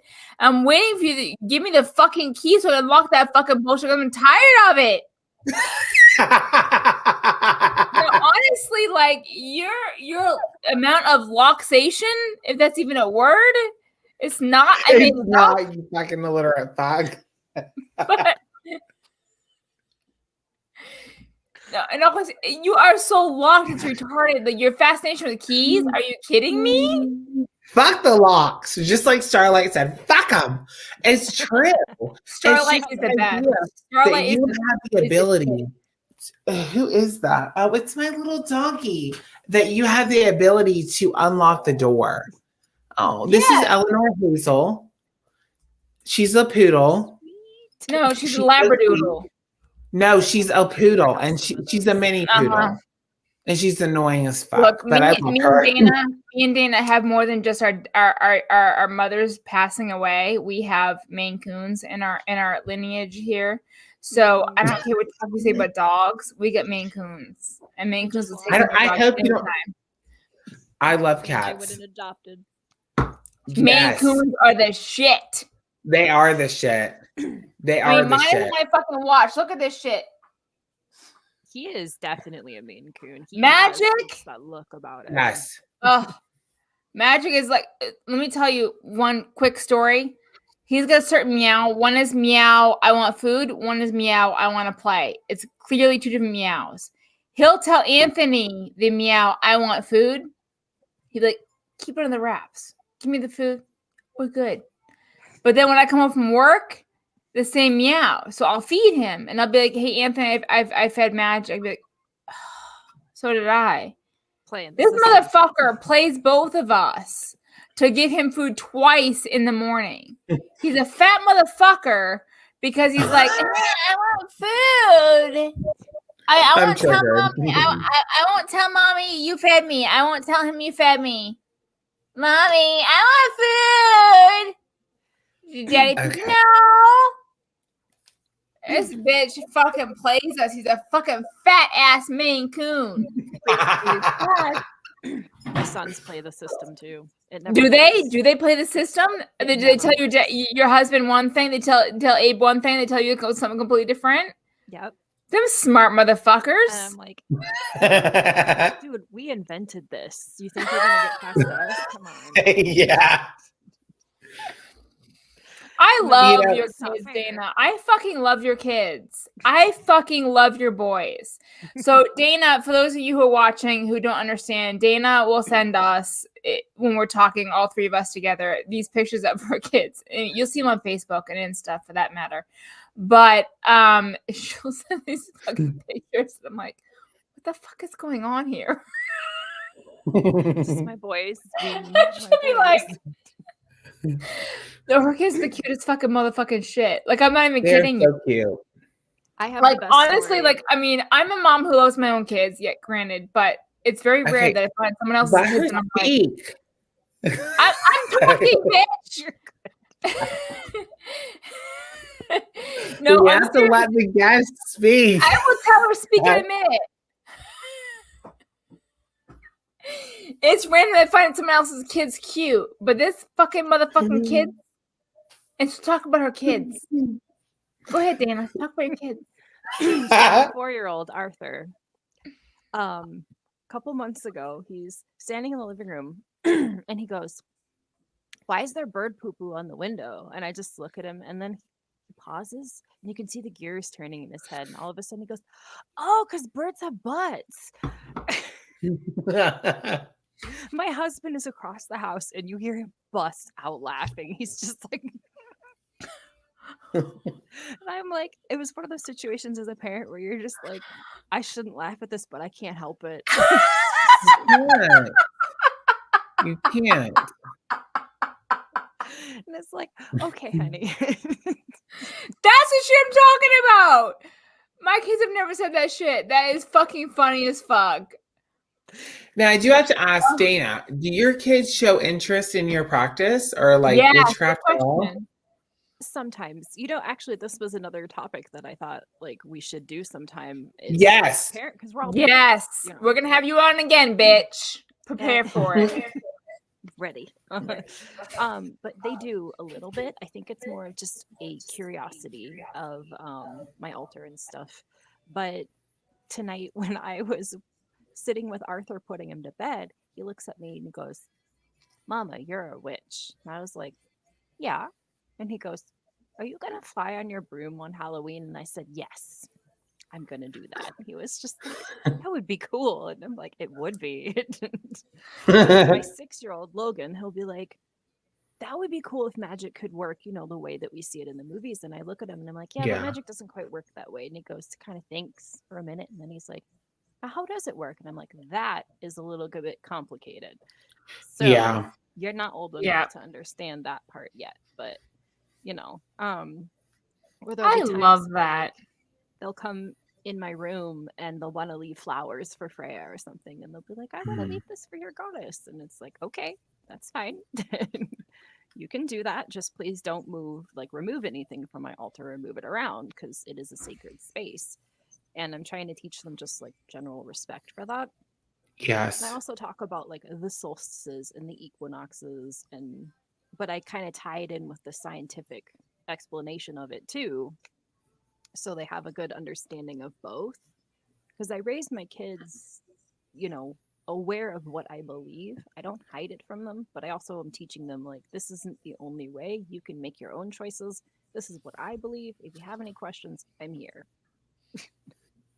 I mean, that's a good thing to do. I mean, for Penelope, she is adamant that the Florida water at night, she washes her hands and she puts them on her forehead. And she said that it makes her bad dreams go away. So I'm like, if it works for you, it works for you, girl. Like, you do you. So she shows a lot of interest in it. So Dana did reach out to us and say that she thought that pagan parenting would be a good topic. And we do want to have you. Yes, and we do want to have you back on the show to talk about it because I do think it's a good topic. And I think so many witches want to have that family tradition. And I personally don't feel like we talk openly enough about it, about trying to incorporate our children into our practice and what that means and what that looks like as a pagan household or a household of witches. And I think so many of us desire that family tradition. And I know for me, I've always been afraid to kind of develop it. But my wife and my daughter have been so open to it. So it feels more communal now than it did before. And so I think it's a great topic, to talk about that because I think it is important. And I think it feels more inclusive to your family when you can incorporate them and educate them into what you're actually doing. Well, see, that's the weird thing is my kids are both boys. One's 18 and one's 8. So they're pretty much like, the point, what's that room? Mommy's witchy room. Like they know what it is, but they don't really care. They're like, yeah, that's mommy's witchy room, whatever. Like it's weird how in females and males, like for me at least, my kids, they're like, yeah, we get it, but we really don't care. Let mom be mom, whatever. Like they know this is mom's witchy room, but they don't fucking give two shits. Now, Dana, what is your? Yeah, exactly. What is? Because you have 2 boys. What is your thing? I think my boys are they're still so little that the curiosity is still more there. But it's kind of short-ended a little bit. Like they'll come in and they'll be curious and then they'll be like, okay, I'm gonna go play with trucks now. And I'm like, all right. But when we're out, I love to take them out in nature and I love to take them out camping and hiking and stuff because that was the better parts of my childhood. And I'm trying to pass that on to them. And whenever we're out on a hike and stuff, they'll bring me stuff and be like, Mom, use this for your altar. And it's always really funny when they say that in front of like another family member who's really religious. And I'm just like, because my sister-in-law and my brother-in-law are wonderful people, but they're choosing to raise my niece and my nephew Lutheran. Totally cool. It's kind of a loose Lutheran, like they don't take them to church on Sundays and stuff like that. But I remember I was over at their house one day and my niece came over and she gave me an apple. And then Logan goes, "Oh, you can put it on your altar." And my niece and my nephew look at me and they're like, "What's an altar?" And I was like, I didn't know what to tell them. So about a week goes by and I come over again and I decide to mention to my brother-in-law and my sister-in-law, they asked about this. I didn't know what to say since they're your children. I kind of wanted to bring you into the conversation and what would you like me to say? And they're very supportive of my beliefs. So they were just like, just tell them it's a place of worship. That's what it is. And I was like, okay. All right. So, it's just interesting. And like, I I think maybe if I had girls, to wrap the question back, maybe it would be different. And I've always Yeah. wanted a daughter. I am little sad that that won't ever happen, but my boys are who they are, and you know, I I love them for who they are, and they do have that curiosity. And if they Yes. grow out of it and they decide to go another direction, I don't care. I'm here to support them. However, I will draw the line at 100%. Scientology. Yeah. Yep. That is the one that I'm like, no. Yeah. I mean, I'm that's the the same thing. way. Yeah, Penelope's shows, I think it's just because when I spend time up here, she wants to know what I'm doing and what it means and what it is. And I kind of told her the same thing. I'm like, when you come to that altar, that's a place to exalt our beliefs, our prayers to God, whatever God it is, to our ancestors, to our beloved dead, to Peyton, to our grandparents, to whoever it is we're trying to connect to. This is a place of respect, and she's always asking about, okay, what is this candle for? Or what is the incense for? What is this herb for? She has a lot of curiosity, but I do think that women are more curious about those things than men are. I think they're more open intuitively to those things naturally. I think for men, it takes more time to kind of get out of that mundane idea of what life and spirituality can be. That's just my own opinion. Some I think females are very much more, that direction though. yes, Yeah. yeah. And so she's very much intuitive about that. And so if she has a nightmare or something, she wants to come in and, wash herself in the Florida water. Or, when we did a working for Rachel, who had a couple interviews lined up, and Penelope asked what we were doing, what I was doing. And so I was like, okay, this is what we're going to do. And she helped me. She helped me create the candle. She helped me feed the candle. And she found that very interesting and rewarding. And, even after all these years, I think so much of my practices become more authentic to myself, that my whole family has become more interested in how it affects their life. And so that's really rewarding, honestly. You want your family to be interested and you want them to feel included. Because sometimes, you like come up to the witchy room and you're just kind of like secluded, Yeah. and Yeah. Kind of lonely. yeah, it gets lonely, and then your family feels isolated and they're like, why the fuck are you up there? It's like, we don't see you, or whatever the case may be. So I always think it's beneficial to try to include them. And like Rachel's shown a lot of interest in tarot reading and oracle pools and daily pools, and I think all that stuff is very important to the development. And it's just more connection between you and your family as far as like what your own beliefs are, and opening their eyes to your path and what you believe and how you connect with divinity or whatever you connect with. So I think it's all beneficial. It was a very big step for me to perform my dedication to Freya and include sex magic in it with my husband. I've always been kind of goofy about my beliefs with him. He's super supportive, and he always, like, he'll come in and catch me in the middle of something, and I'll just do like the deer in the headlights thing, and he'll just be Yep. like, I've done that. go on. And I'm just like, or like I'll walk through the living room holding an offering to go take outside to my outdoor altar, and he'll be like, what you doing? And I'm like, nothing. I gotta go take care of something. What? But so it was a big step to be like, okay, well, if you want to be part of this, like, it's gonna get a little weird. And he was like a Yeah. big Lutheran, like, I it's fine, and I'm like, okay. But I mean, it was wonderful. He enjoyed it, and he's like, you're not that weird, like. Right. But it was scary to do it. It was a big step for me, just kind of being out there with him on that level, because he doesn't know the witch side of me that much, or at least that intimately. And that was as Right. intimate as you can get, really. But still, it was a big step to do that. And I think it was a big step for our relationship to do that too. I agree. But, Dana, we are really, really excited that you came on our show twice in 1 year. Twice. And we'll hope you'll come on our show again. Oh yeah. Because it was so much fun.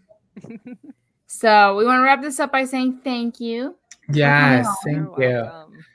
Thank you for having me again. And we'll see you soon. Yes. Very soon. Very soon. Bye, Dana. We'll catch up Bye, very Dana. soon. Thank you. Bye-bye. What a show. Oh my God. Oh my gosh. Yes. Such a good show. So Okay, it is 11 o'clock. It is time to wrap it up. Oh my God. It's been 3 hours and 8 minutes. Holy shit. I'm going to just want to look over at the comments. September Girl, I have to say, I hope I don't ever That's skip the this comments. one. I'm going to go to the bathroom real quick. I'll be right back. Okay. You say we're when you start talking. I do. I try to. Okay, so it's hard because sometimes when you're so intoxicated, you try to make concise statements.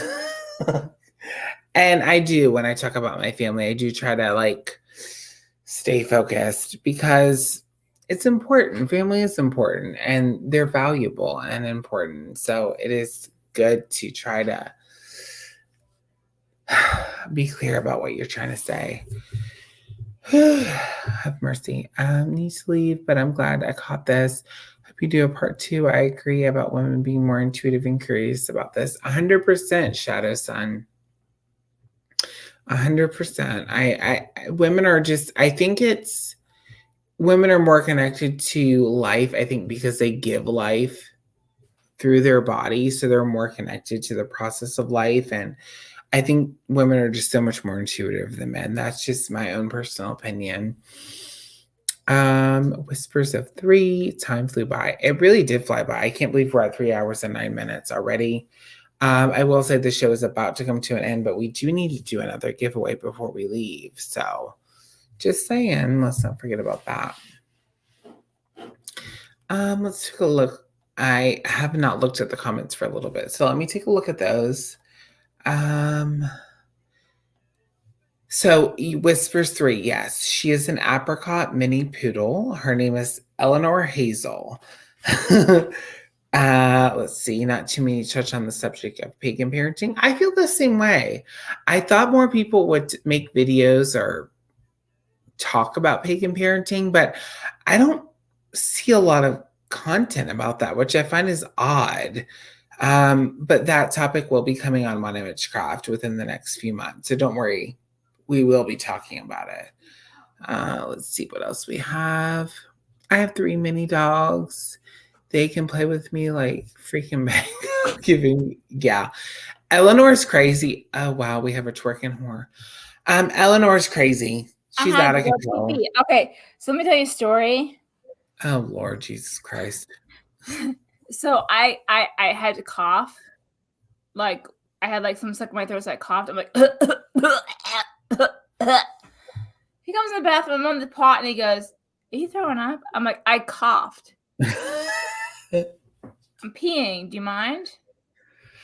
Can you believe we've been going for 3 hours and 11 minutes? Holy shit. We need to do another giveaway real quick. Okay, hearts if you want another giveaway. Because I need... Cool. That's cool. What are we giving away? What you want to give away, boo? Why don't we give away this... Oh, fuck. I hit myself in the face. Okay. Encyclopedia 5,000 Spells. Good book. It's such a good book. If you want this book, put some hearts in the comments. Encyclopedia 5,000 Spells. After this, we are going to be ending the show. I think we actually had a couple items that we didn't get to give away. Oh, we'll give away eventually. They'll be given away eventually. They will be given away, maybe on the next show or on the Wine and Witchcraft Instagram. Please, you guys, please go subscribe to the Wine and Witchcraft Live YouTube channel. Coming the new year, 2022, in January, we will be going live exclusively on the Wine and Witchcraft channel. So you need to be subscribed to that, as well as the Instagram, the Wine and Witchcraft. Can I enter even if I won? That wouldn't be fair, I guess. I mean, we didn't make any rules. So I think you can enter as many times as you want. If you know the answer, you know the Whatever answer. goes, bitch. Whatever goes, goes. Okay, so the Encyclopedia of 5,000 Spells. This is what is up for grabs. Let me look at the... Rachel's looking at me. She's laying on the bench over here.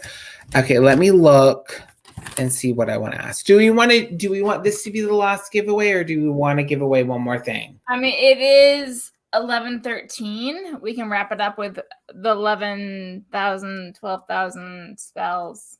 5,000 spells. Okay, this is the last giveaway. So be listening up, okay? All right.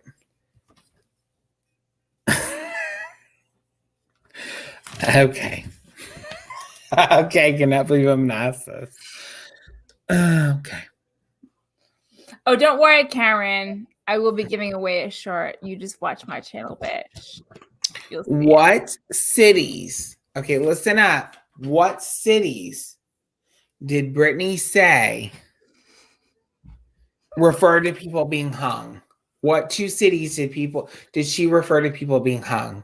Okay, there's two cities. Name the two cities in which people were hung. Okay. She said this in a show. I'm gonna go pee. I cannot hold my bladder. Oh my god, I'm gonna piss myself. Okay, so there are two cities that I claimed more than two people. A lot of people are hung in two different cities. I compared the two.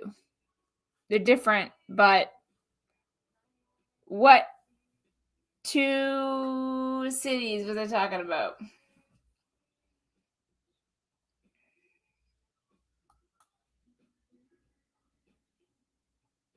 Oh, it looks like we have a winner, and the winner is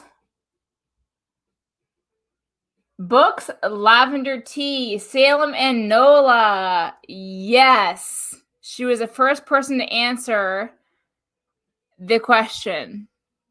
Salem and New Orleans, Louisiana. Two situations, people were hung. Not for the right reasons. So, New Orleans and Salem were hung for a situation that was not so situational. So, you are correct. Whispers, no, it was Books Lavender Tea. Oh my god, I peed my pants just slightly. Okay, do we have a winner? Yeah.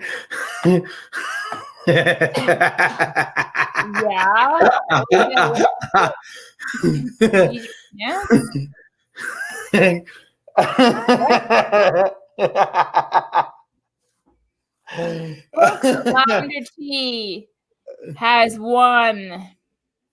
What did she say? Salem Lavender Tea won. That is correct.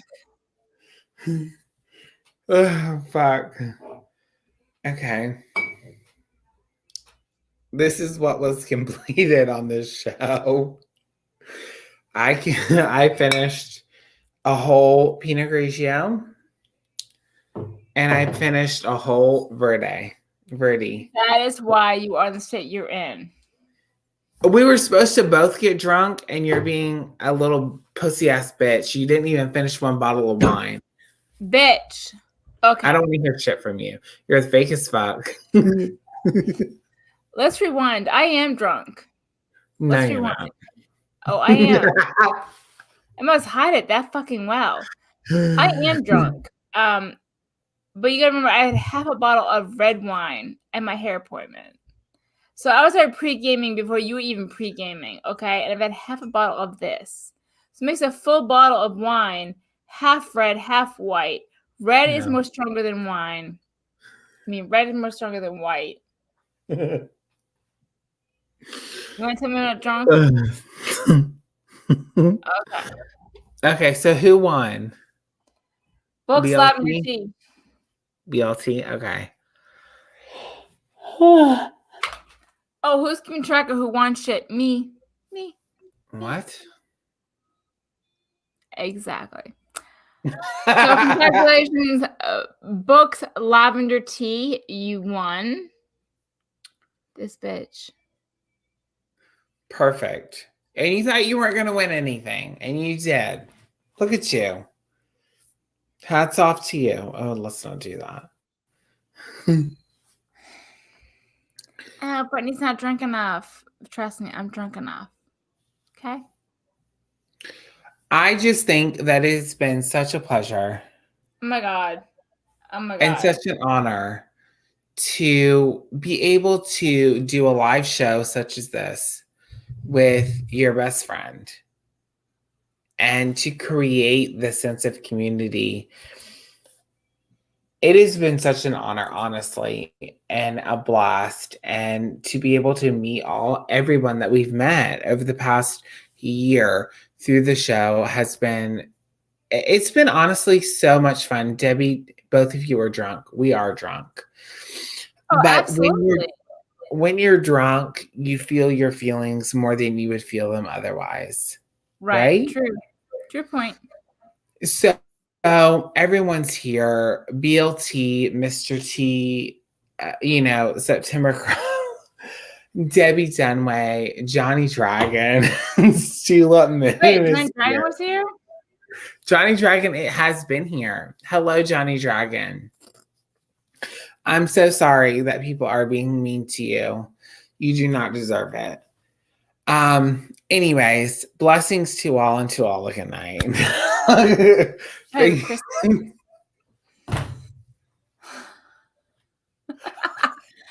Okay. Let me take over the super friend. My hat is gone again. I'm drunk, but yes, I can say that yes, I was drinking at the hair salon when I had my hair did. Okay. It looks like shit now but yes, my hair was did. So yes, I was fed alcohol at my hair salon. You're fine, BLT. Okay. So wait, am I BLT? I'm not BLT. What the fuck? Okay. I don't know. I'm not sure what was happening. I'm not either. I agree with So on a serious note, all kidding aside, let's just be serious. Yes, this was the first anniversary show of having Wine Witchcraft, and the whole premise of the show is to bring comedy. Oh my God. What? Oh my God. Spider crawl up your ass? What? Noah just said, I think he's referring to you as Stevie Nicks. And if he is referring to me as Fiona Good, I can die happily this very fucking moment. You interrupted my speech for the obvious. Huh? You interrupted my speech for the obvious. Okay, I'm so sorry. You continue on. Okay. So, like I would like to say in closing of this show, 1 year of Wine and Witchcraft, where we have worked really, really hard to book guests, book people that you guys would want to see and to hear from, to learn. It's not just about education. It's about putting witchcraft, paganism, Wicca, all that kind of stuff in the front line and making it comedic and fun to talk about. And that's what Wine Witchcraft is having a couple drinks and talking amongst friends about witchcraft. Something you can't do when you go to your local bar. You can't just pull up a stool and be like, hey, bitch, I'm a pagan. How about you? You can't fucking do that. Okay? So this is a place where you can grab a bar stool, sit next to us, and be like, hey, bitch, I'm a pagan. Let's talk about some divination shit. Yes. That's what this is. It's a place to drink, have fun, be funny, have comedy, not be so serious all the time, and just relax. And Wine and Witchcraft has come so far in the past year, and partially due to the guests that we have in this show, that we've booked in this show, that we've had on this live stream here on the Wine and Witchcraft 1 year anniversary. And I thank you guys for all of your help and making Wine and Witchcraft what it is today, because it is growing, it is booming. It is people like, hey, would you like to be part of our team? It's become a thing. Yes. And it's going to continue to become a thing. Now, like we said before, follow Wine and Witchcraft on Instagram, on TikTok, on Facebook, or whatever it is that we've got going on, because I don't even know at this point because I'm wasted. But I do know that come January 1st, we're no longer going to stream on Justin's channel, my channel. We're going to only stream on only the Wine and Witchcraft live on YouTube. So if you want to follow Wine and Witchcraft, please follow Wine and Witchcraft on YouTube, because after January 1st, it's not going to be streaming on my channel or Justin's channel. It's only going to be streaming on its own channel. WAW15 gets you 15% off of any product from Bloodbath Products. So check them out. They are our official sponsor until the new year. And get yourself some ball polish. Shit, polish them balls. Yes, honey. Honestly, let me just say that it has been so amazing. And I have to say, Brittany, inviting me on to do this show has given me so much direction in my own life when it comes to YouTube. I always hoped, but I never thought we would work together in this kind of capacity. And the fact that it's been a year already has just been so rewarding for me. And I'm just so glad people are responding so well to the show. And it has just been so much fun. This is like my favorite thing to do every month, is to crack open a bottle of wine and connect with all you guys and talk to all of you about whatever it is we're going to talk about that month. And it's just been really awesome. And thank you guys so much. Honestly, it has been so amazing. It has. And connecting the community together in the little way that we can really has been amazing. And everybody in the chat, we all put our opinions out there. We all put our thoughts out there, and we may difference in opinion, but at the end of the day, we can still be friends and not agree on certain things. So that's the beauty of the community. We all have opinions and different ways of doing it, but we can still be friends, and we can still build up the community, and we can still honor the community by being ourselves. And that's just, hey, Wine and Witchcraft, your best and most favorite entertainment witchcraft show right here on YouTube. That's what it is. And I will say, thank you for a year of this. Yes. And August, Brittany, Ooh. Do we want to say who we're going to have on in August? Let me go ahead and say, okay, let me prepare. The queen of all queens will be gracing your screen right here on Wine and Witchcraft. Miss Owlvine Green will be here in August. So please, Owlvine Green will be here. Please prepare yourselves. Gird your loins. She will be here.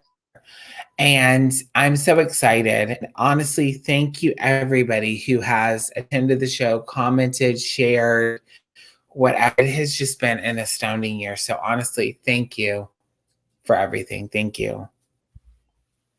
Yes. So thank you guys for a year of Wine and Witchcraft. You guys made the show what it is. We have sponsors, people asking us to sponsor our show. It is growing by the day.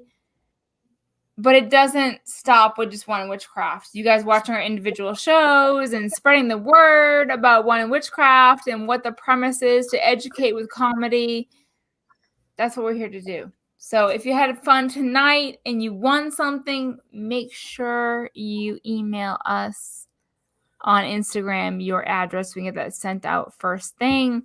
All other prizes that we didn't get to tonight will be labeled on our channels at some point in time. We will give those away. It's going to take us some time. We'll get to it. I know I missed out on a Wine and Witchcraft t-shirt and a Tumble crystal grab bag. It'll be on my channel. Yes, and also I do want to say, because people have been asking about it on Instagram and just sporadically in the comments. Yes, Wine and Witchcraft merchandise is coming. It's just It not. is. We have not finalized everything quite yet. So Yeah, you'll be able to it'll buy happen Wine in Witchcraft time. on your own. Yeah, Absolutely. yes, it'll be happening in time. Just it's just not quite ready yet, but it will be happening. So yeah. For sure. So once again, thank you for partying with us. We're both drunk, without a Empty doubt. bottles. I don't have an empty bottle, but again, I was drinking the salon. So thank you to Debbie, September Crow, Noah, Kathy, Starlight, Gemini, Johnny, everybody who joined the show tonight. Thank you to all of our guests, to Tasha, to Kelden, to Shadow Moon Witch. A special shout out to Thorn. I know you couldn't be here, but we love you still, girl. And to everyone in the community, just remember, we're all one. And together, we are strong. We need to support one another. We are a wonderful community, and witches matter. We do. So we do. Witches matter. Free Britney, female empowerment. I love it all. So thank you guys so much for 1 year of Wine and Witchcraft. Love you guys. Bye. Good night, everybody. Bye-bye. Thank you.